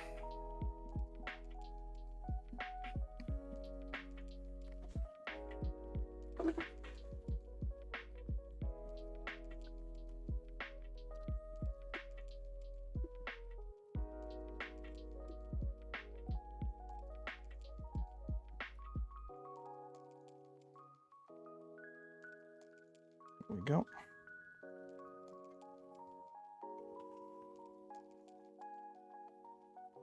Just make sure I have everything there. Nothing's pinched. It's hard to see to make sure everything's not pinched, but I think we're good. Okay. So now move the Nextruder attached to the love board assembly. Okay, so that goes on like that, I guess. So overhead, this comes that way. That wire comes out the back, so this is open. And that just kind of fits on the top of this one. Oh, I see. I see. Okay, so this comes under here.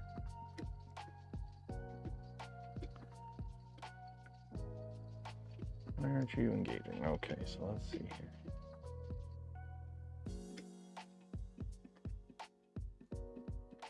Because those two screws got to go there, and that goes there. So this goes like that, over top.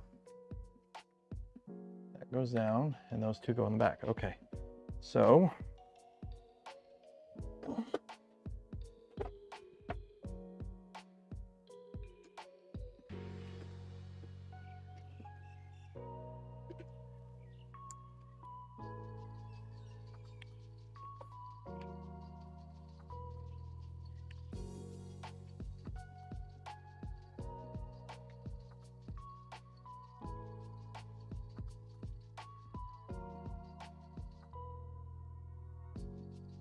so that just screws in like that, and then these two in the back.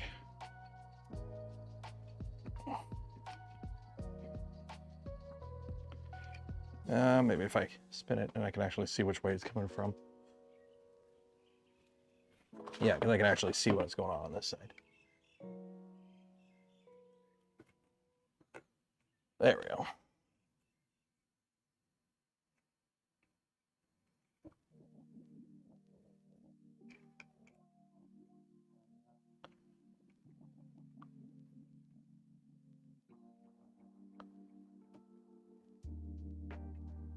There we go.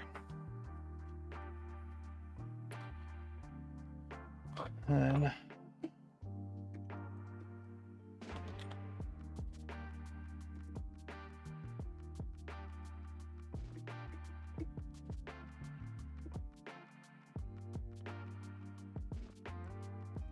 is screwing into metal, so we're good there. There we go, nice and tight. That's good, that's good. Nothing's pinched. Okay. There we go. Okay. So that is now attached there. And then we put this guy in the back with these two M3/8s.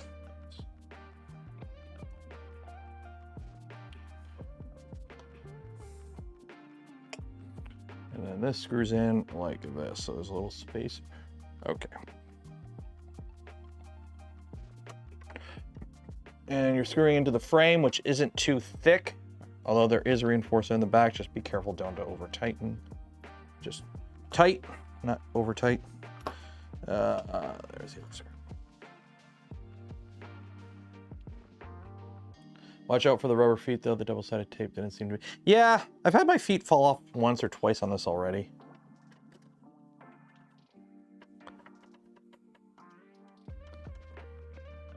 There we go. There we go. That. And then we use one of these guys and we zip tie that to that, like that. The car should look pretty bad, and yeah, the back end of the car looked good. Whoever's building that car, in my opinion, they need to like get a bigger printer because there's so many. It's got more panel gaps than a Tesla. Okay, so we attach that, and that's that. And we put the tube through this, and it sticks out.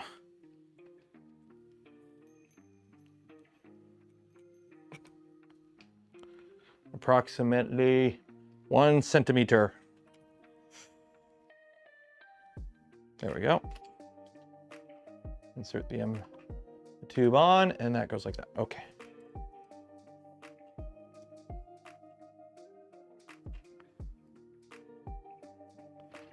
There we go. And that allows it to do its little spinnish thing. You know, the camera's not. There we go. Okay. And then we connect the other ones. Okay. And that goes down there.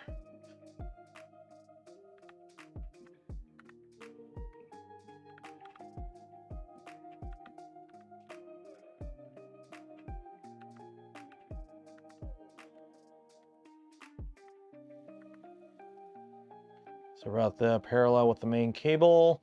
Return the PTFE tubes above the cable. Secure it with the main cable. Do not pass the PTFE tube through the first cable in the swing arm. Okay, so not that first one that we already did. Okay, oh, sorry. See that one. Okay, so just so you guys can see what that goes there, that goes there, that goes through there, and then another 10 centimeters out. Okay, and it looks like, so we move this all the way to the front left. Okay. We do some cable management. Everyone's favorite thing. Who, raise your hand in chat if you like cable management. I love me some cable management.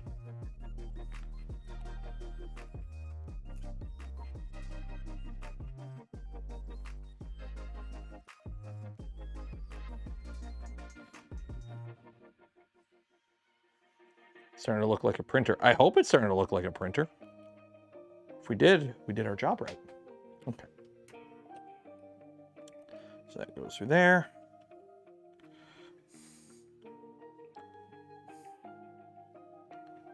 So let me just double check that. Yeah, there's no. Okay. So this goes like that.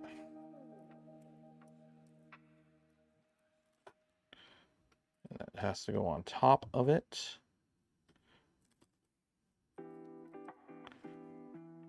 There we go.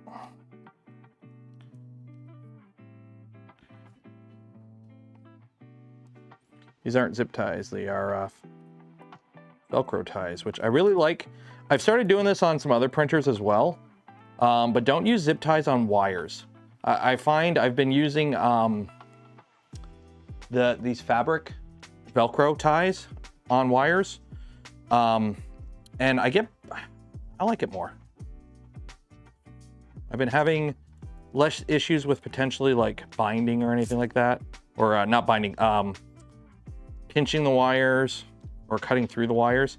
I've been having better luck with these because there's more surface area, and if you ever got to fix any of the wiring or whatever, you can reuse them. You don't have to, you know, cut them all and everything. There we go. So that should be.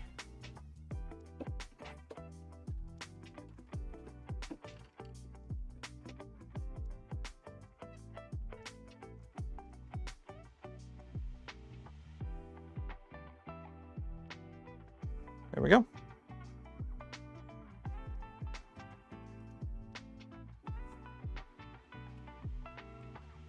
we go.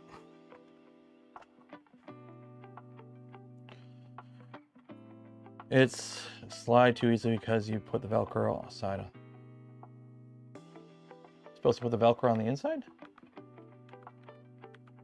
No, I have it like that. I have the fuzzy side out. Fuzzy side out. That's fuzzy side out. Yeah, I'm doing it the right way. I got the fuzzy side out.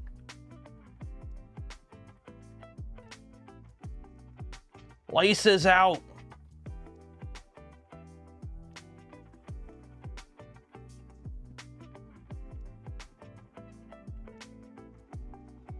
Ensure it's not too tight and pulls the Nextruder backwards. Oh yeah, we got plenty of room there. We're good. He wants the fluffy side in, but the manual says fluffy side out. We follow the manual. If it becomes an issue, we can easily fix it. But then also, I have something to comment on later on. Okay. And then manually move the x-axis to the end position. Ensure the cable is not too tight and does not pull an Extruder backwards. Okay, so yeah, we're good. We're good. We're good. We got some wire there. We're good. Yeah, we're good. Okay, now we need a blower fan and the fan duct. Okay. Yeah, that shouldn't be pulling. It's hard to make sure it's not fully pulling because the frame is a little loosey-goosey right now, but we should be good. And I'm just gonna go ahead at this time and shove this through the hole. Just to get it out of the way so I don't accidentally pinch it.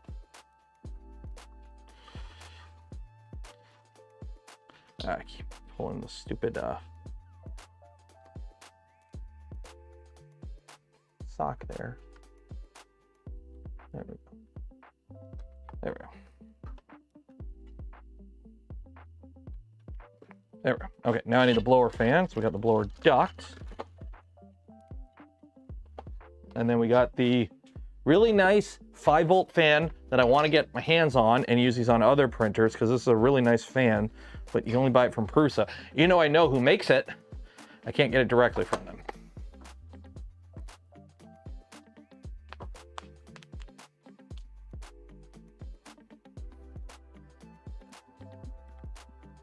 Okay, and M325, M310, and a nut. Okay.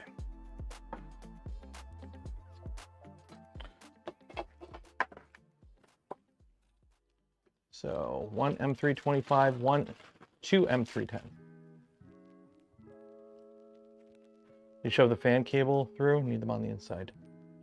Fan cable through what? What fan cable? I've been following the manual. That's all I know.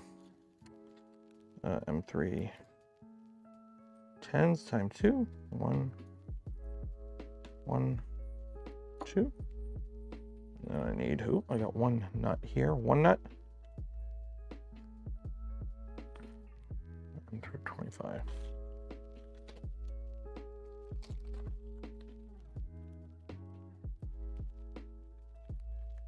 Nut.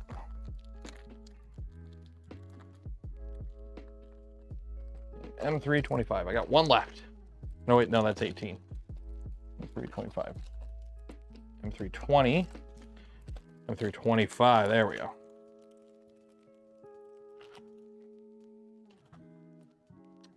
There we go. Okay. Now we got to put some nuts in this. So on the flight back, among the turbulence, I watched the I watched The Fifth Element. I haven't watched that movie in years. It holds up so well. It holds up so well.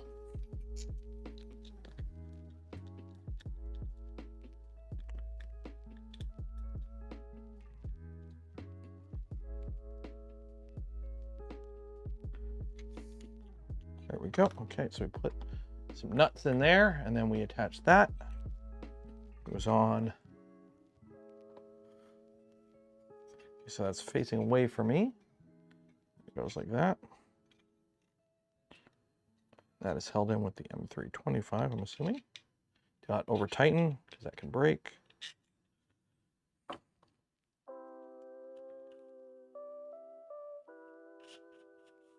There we go. Okay, there's that. And that goes behind and attaches on with the M310s from the front. Okay.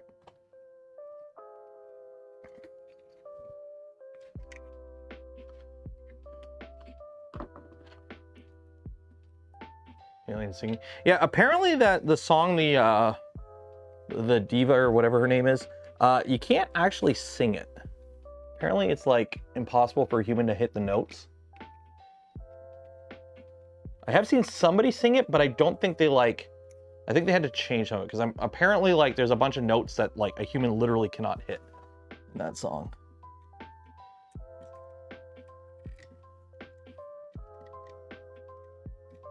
There we go. That goes there. That goes there. Okay. Now we need our nozzle and our nuts. So we got our heat brake and our nuts, and that just kind of slides up and you tighten. And then we start plugging stuff in. Sweet.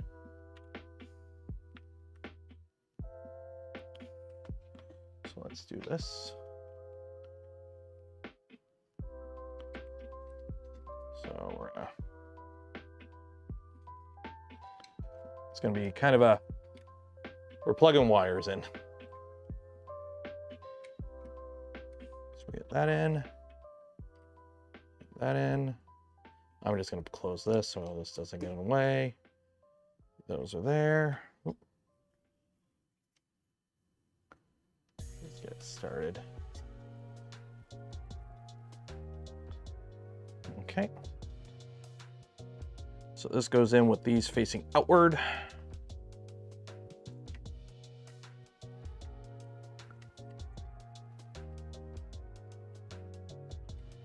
Fun fact, it helps if you put it in the right hole. There we go.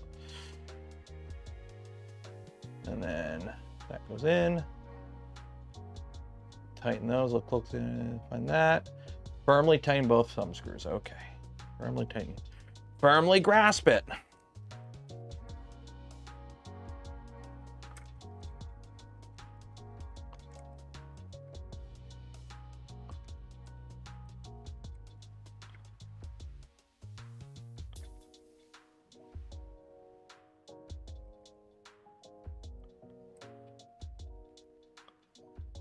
So as you're pushing up, tighten the nuts.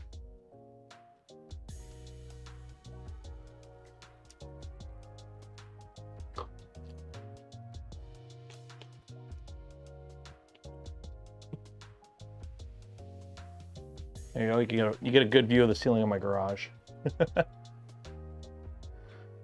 Yeah, I've seen the one person sing it, but it's like the actual as it was composed in the movie is like impossible for a human to sing it, from my knowledge. It uses like, there are too many like notes that a human just can't hit, like mixed notes or whatever. It's just not possible. So let's see, so Thermistor, I think, is this one. Plug the ND into the main thing above the love board. Okay.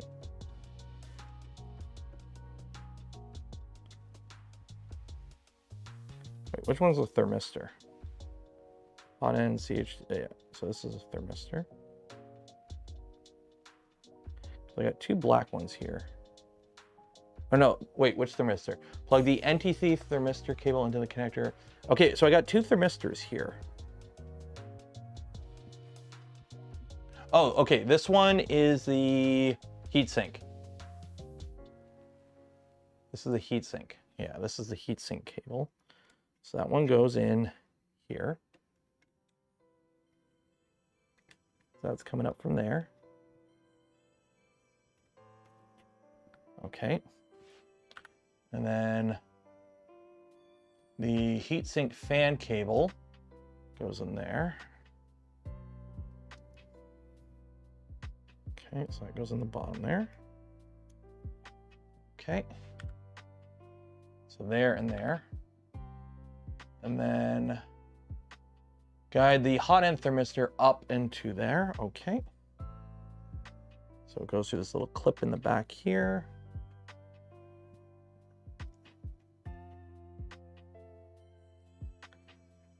Kind of hard to get it in there. There we go.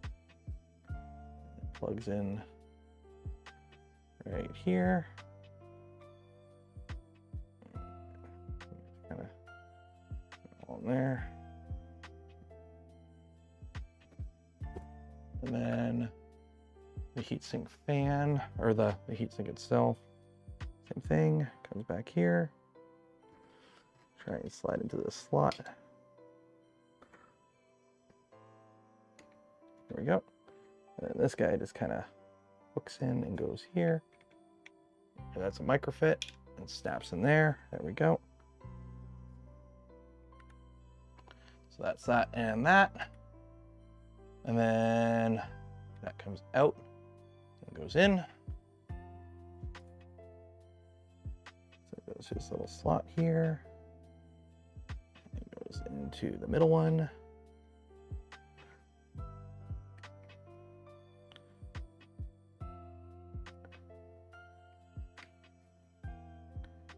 There we go.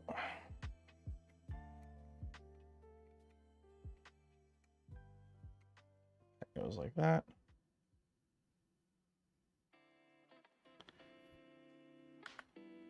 And that goes there.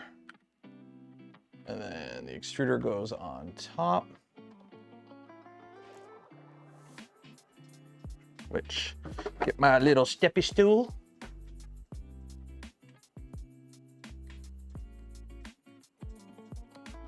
And then this guy,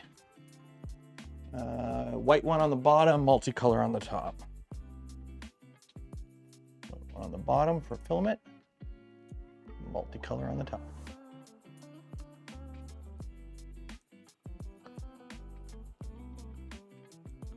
They make a nice click when they connect. And that is that and that. And then we got our cable covers.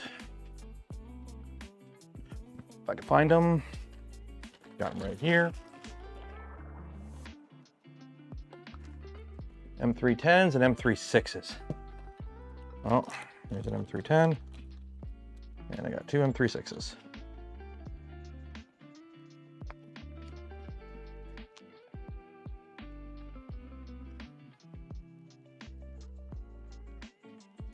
Yeah, so for those wondering, the Fifth Element, the notes are sung by a human, but they were like, she sung multiple takes and then they were overlapped. The thing with opera is like some human, like you can train your voice to do multiple notes at the same time, but the note she was doing can't be sung in real time by a human. So it's kind of like how in a lot of modern music, when they play it live, you can't actually sing it live because when you listen to a lot of modern music now, they cut out all the, like the person breathing, okay? So you record in the studio and they basically just cut it so that there's like, you could talk, like sing for a long time and they cut out all the breathing. So when you listen to a singer live, it's different because they can't really sing the song the same way it was recorded in the studio on the album. So in the opera singer in Fifth Element, it was multiple takes kind of overlapped. So that is that. Before covering, check ensure all the cables are plugged in. Okay, boop, boop, boop, boop, boop, boop, boop. Okay, that looks like cables plugged in. Okay, shove that through there. We just did that already. So that one goes on that side with some M36s. Okay, so I can do that.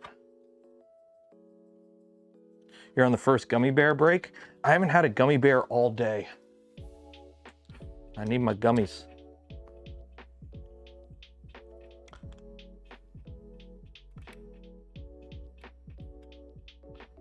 One. So I'm gonna have to relabel this stream because it is not frame. I thought we were doing the rest of the frame today, or instead we were doing the Nextruder. Although I will say it's nice that you're building all this before putting the whole frame on. There's so much room for activities right now. And then this, you got to mash them all this way. Oop. And that goes over top. So it slides down. And then one screw in there. And then that goes into there and plugs into there. Okay, so let's do this. So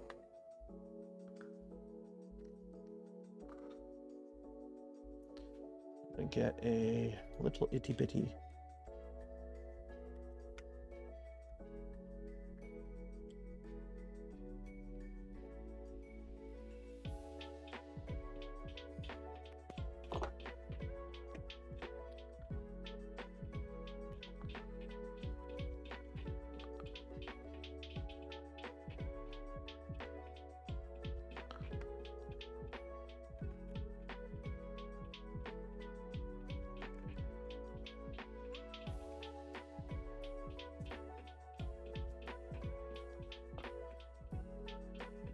So unlike the Mark IV, you do have to use some screws to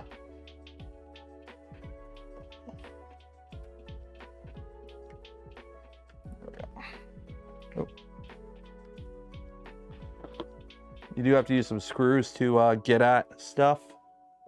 The electronics on this, unlike the Mark IV where it's like a nice little clip, but it's not that bad. Just one screw or two screws depending on the side. There we go.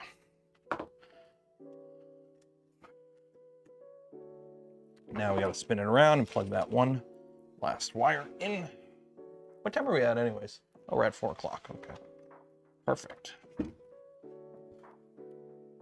And then this mass of wires comes across here, and then we got to shove it through this hole. Yeah. So there we go. I broke it. Uh-oh. There we go. Uh-oh. The grommet came off. Not me grommet. I lost me grommet.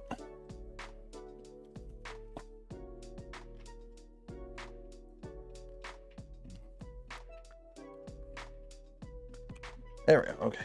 There you go. Yep, get the grommet back on. Get it on now before it falls off completely, then it'll be even harder. There we go. Okay. This comes all the way down here. And it plugs in right here.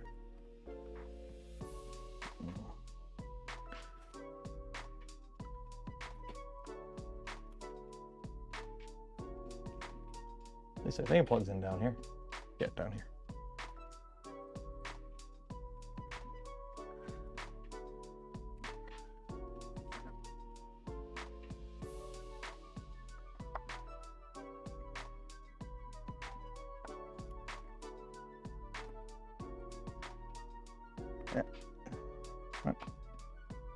Yeah, a stupid zip tie. I got a zip tie in the way. Yeah. Click. There we go. Now it's in. And then we zip tie this.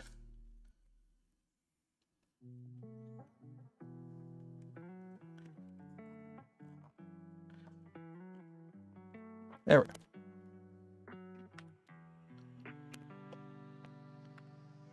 Gummy bears! Okay. Heck yeah. Okay, so let's pull all these extra wires in here that are just kind of hanging out in here. Make this look a little neater on the back.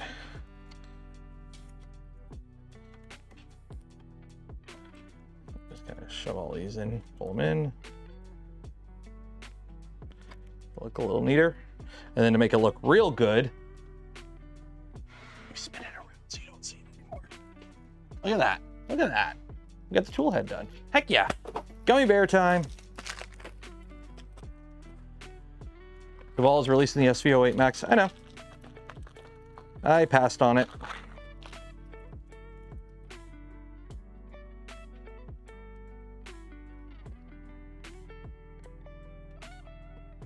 How's everyone doing? I'm eating gummy bears. Great.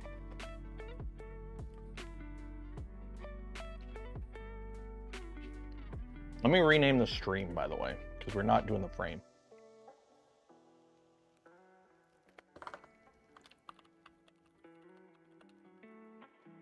There we go.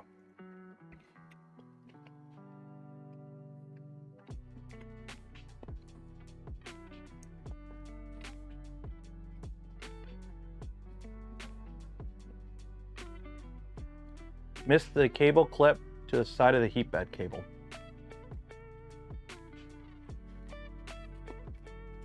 Missed the cable clip to the side of the heat bed cable.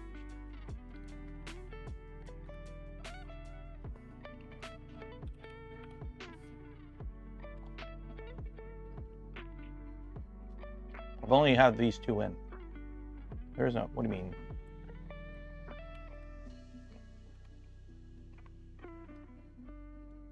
Cable clip to the side of the heat bed.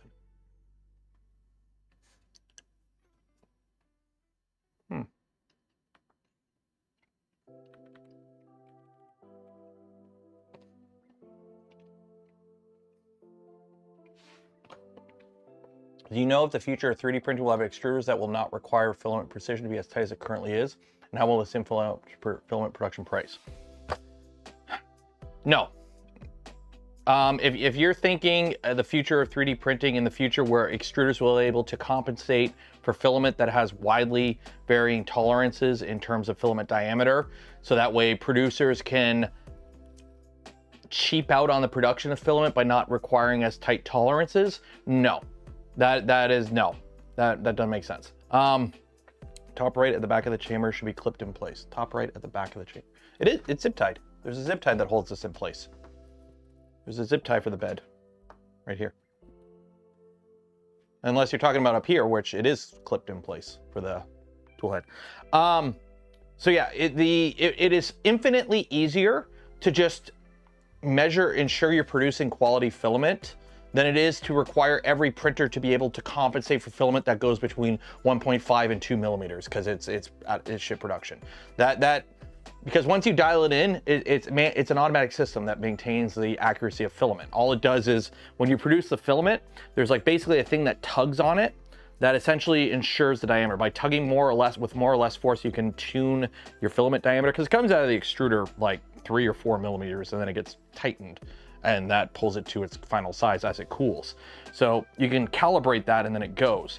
So the whole idea of, I know this has been floated many times over the years. We tried it even with Voron at one point, I believe. Somebody was fiddling with something. Being able to automatically compensate your flow for filament diameter. The thing is, modern filaments are just good. Most modern filaments are 1.75 plus minus whatever. And even if they are plus minus whatever, they're consistently plus minus whatever, unless you get like a really crappy filament. And I'll be honest, if my filament is varying that much in diameter, I'm not going to trust anything from them quality. What kind of, are they a manufacturing place? If they can't hold filament quality to that standard, are they sweeping pellets up off the floor that have fallen out of the machine and dumping them back in the hopper and getting debris in my machine? Do they care that little? So yeah, no. Filament, it is infinitely easier to just use good quality filament than it is to try and design every 3D printer to be able to auto-calibrate for filament diameter and filament flow. Because put it this way, you wanna know, here's your litmus test. Bamboo put a system in the X1C to calibrate filament flow. It's the fake LiDAR, the LiDAR. And guess what? They dropped it after their very first machine. No other machine from Bamboo, even their $3,000 H2D with all the bells and whistles and a fucking pew-pew laser, doesn't have LiDAR because it's useless. It's basically, as long as you use good quality filament, you don't need it. So it's a waste of money and time. So there you go. There's your litmus test. The Bamboo X1C has a system in it for calibrating flow rate for variable diameter filament. Obviously, it's not on the fly. It's only at the start of a print. So if your whole spool goes do-do-do-do-do, it's bad. So if you have like a 1.6 spool or 1.8, it'll auto-calibrate at the beginning.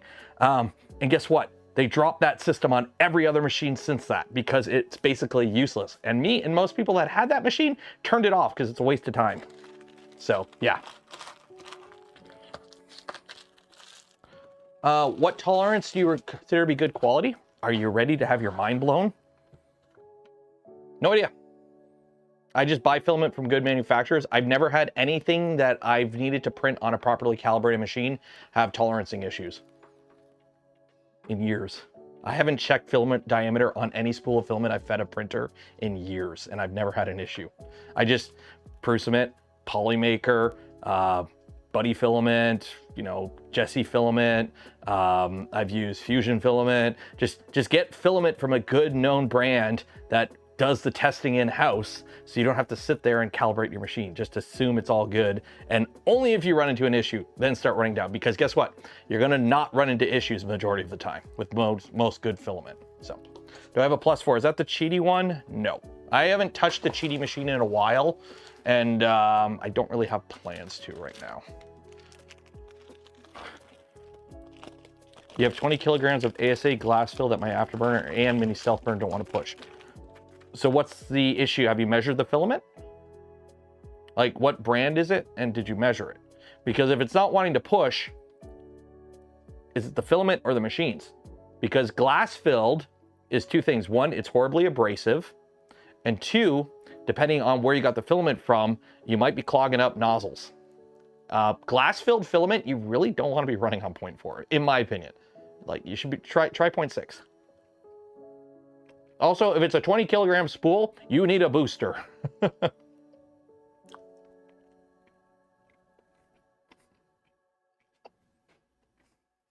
Gummy bears are delicious. It's funny, I used to hate gummy bears, but at least like these, the problem is, you know what I figured it out? It's because these are legit gummy bears with real sugar.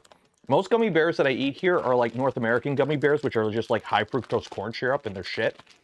These use actual like sugar and they're delicious. 1.69, it should be fine. What's it doing? Like, how's it failing? What brand is it?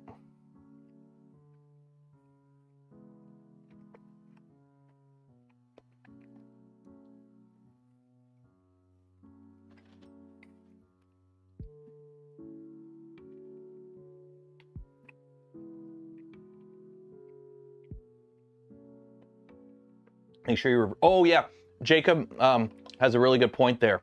That type of filament is very sticky in a Bowden tube. It's very grippy.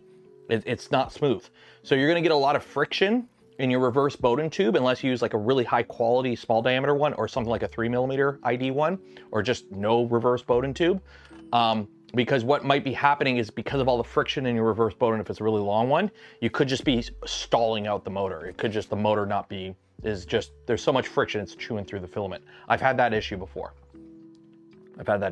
So make sure, what you might want to do if you're having issues where it like starts grinding, try printing something without a reverse Bowden, or just like a little teaser reverse Bowden, or use, I like using 3/4. So 3mm ID, 4mm OD reverse Bowden. So, okay, we're gonna be doing the draw at 4:15 because the next part of the build, what is the next part? The next part is, congratulations to you, Finalizing some of the Nextruder, next chapter. What is the next chapter? Bodywork and electronics. So how long is that? I wish they told you how long, or actually it does at the start. Does it tell you at the start? No, it doesn't tell you. I thought it told you the estimated time for each part. I thought it told you the estimated time. But either way, that's all we're doing for the stream today because I've been gone all weekend and literally I haven't seen my family because I got home last night and they were in bed and I saw the little guy for like 30 minutes this morning while I brought him to school. And the wifey just got off work. So we're gonna end the stream early so I can go do family stuff. Yeah, the bodywork section. I mean, to be fair, we did build a Mark IVS and it did the calibration and it was like, or was it a Mark III? And it's like within 0.01 millimeters a square. So we'll see how it goes. So yeah, we'll do the giveaway at 4:15. So if you haven't entered for your chance to win some Polymaker filament, link in the video description, enter for your chance. While you're down there, don't forget to like the smash button, subscribe to the channel if you're new. Your name pops up on the screen right here. You can get that dopamine response from your name popping up on the screen. It's really cool. And if you want to help support the channel, the content I create, and the things I do, consider becoming a channel member, Patreon supporter, if you're really cool gifting memberships to others, or just buy something in the video description, affiliate link things. They don't cost you anything extra, and they go a long way in supporting the channel. And some, like Gamer Subs, use code Canuck and you get some off. Or I think Gamer Subs right now is actually doing free shipping if you use the creator code. So, yeah. I hear the doggo outside the door. He's barking at somebody. And also, is it this week? Not this week. Next week will be the members only live stream. So if you are a member of the channel or Patreon supporter, next week we're doing a members only live stream. So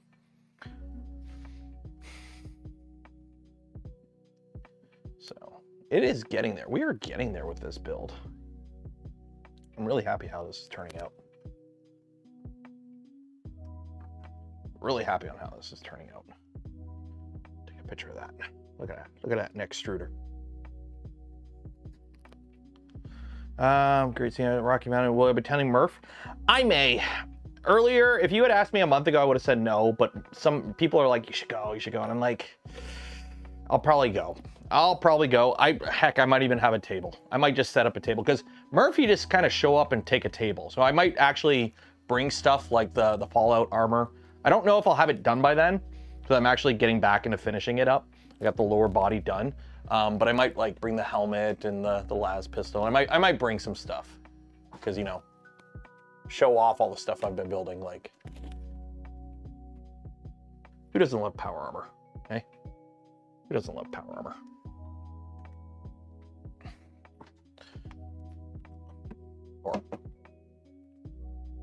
Although it was funny, I started a print on this the other day, and I forgot that I had this all on here, and I had to run out here and grab everything before it fell off from that machine shaking. So, yeah. Last pistol turned out pretty good. Pew, pew, pew, pew, pew, pew, pew, pew, pew, pew, pew, pew. I should probably put a little grease in there. It's getting a little sticky on the trigger.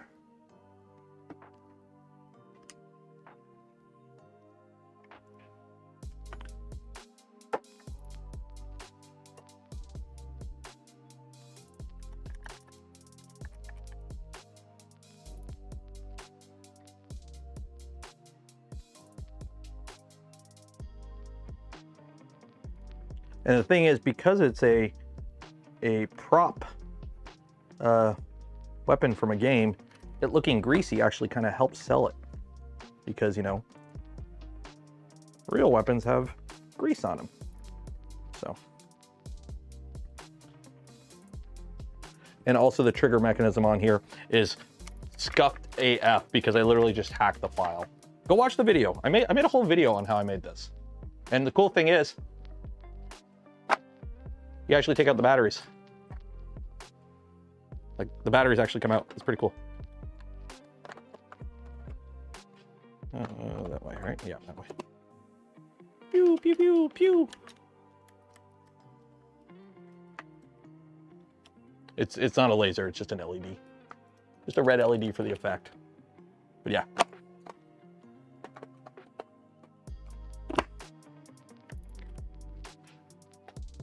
YouTube person, this is a laser pointer. It's a flashlight. Why is there a Don on the wall behind me?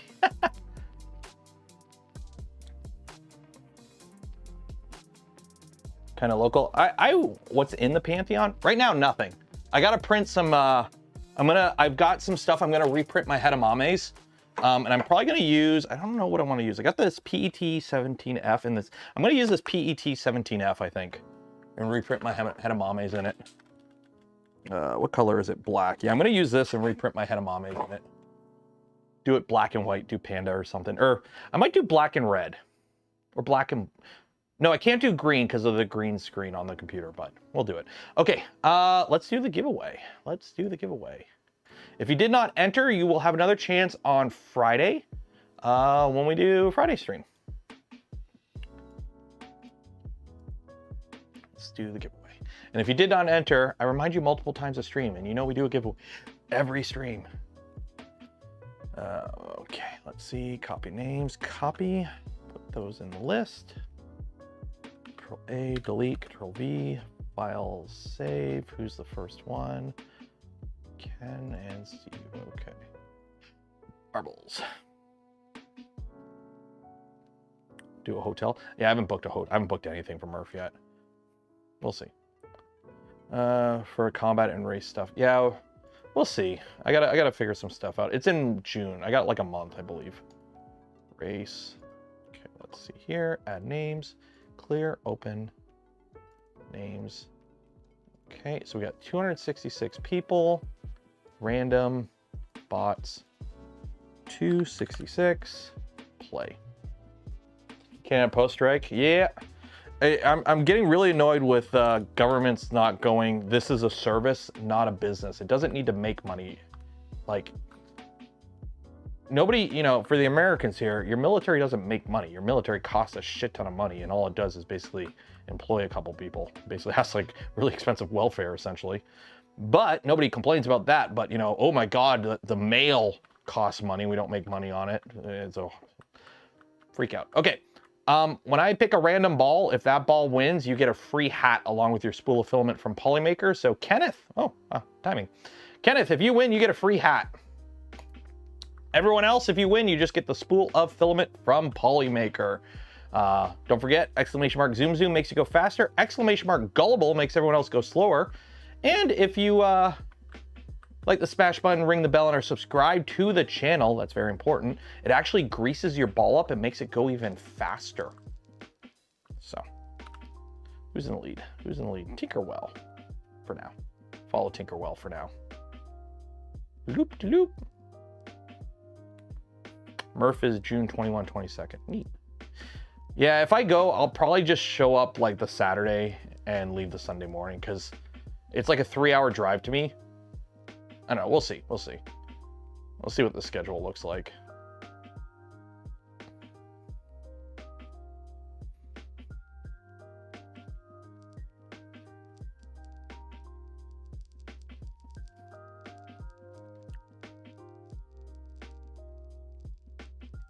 Maybe I'll actually finish building the Death Racer and bring that.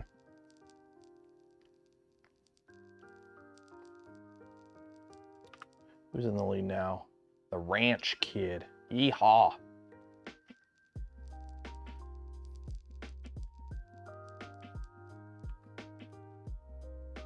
Oh, here we go. It's yours to lose, Ranch Kid. You're gonna lose all your momentum here. Come on, Ranch Kid. Walter's catching up. Walter. Oh, Walter's in the lead now. Oh, come on. Oh, it's gonna be tight. Oh, do we have a sniper? Nope, nobody sniped it yet. Come on. Oh, Lance with the snipe. Lance Wood with the snipe.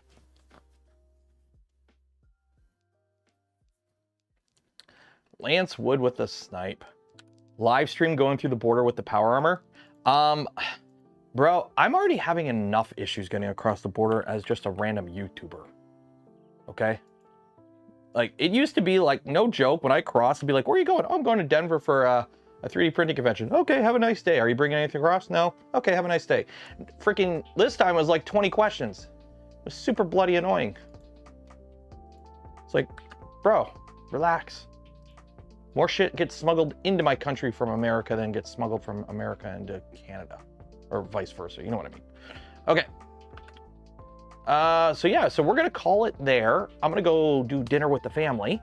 He actually made the dinner board for a bit. I know, I've never won one. Like, I watch a few streamers that do the marble thing, and it's like, I've never won one either.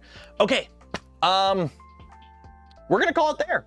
Again, huge shout out to Prusa for sending over this kit for testing and evaluation and to build on the live stream. Again, this kit was provided to me free of charge on the condition that I build it for content and whatnot. No money's exchanged hands, but I do get to keep the kit when I'm done with the build series. YouTube disclosure done.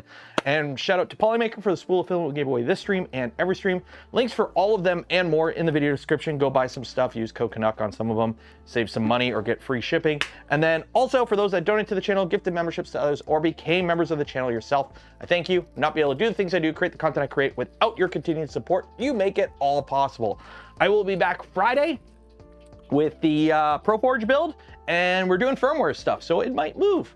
For the rest of you, I will see you in the future, and videos from Rocky Mountain should be coming out over the next couple weeks.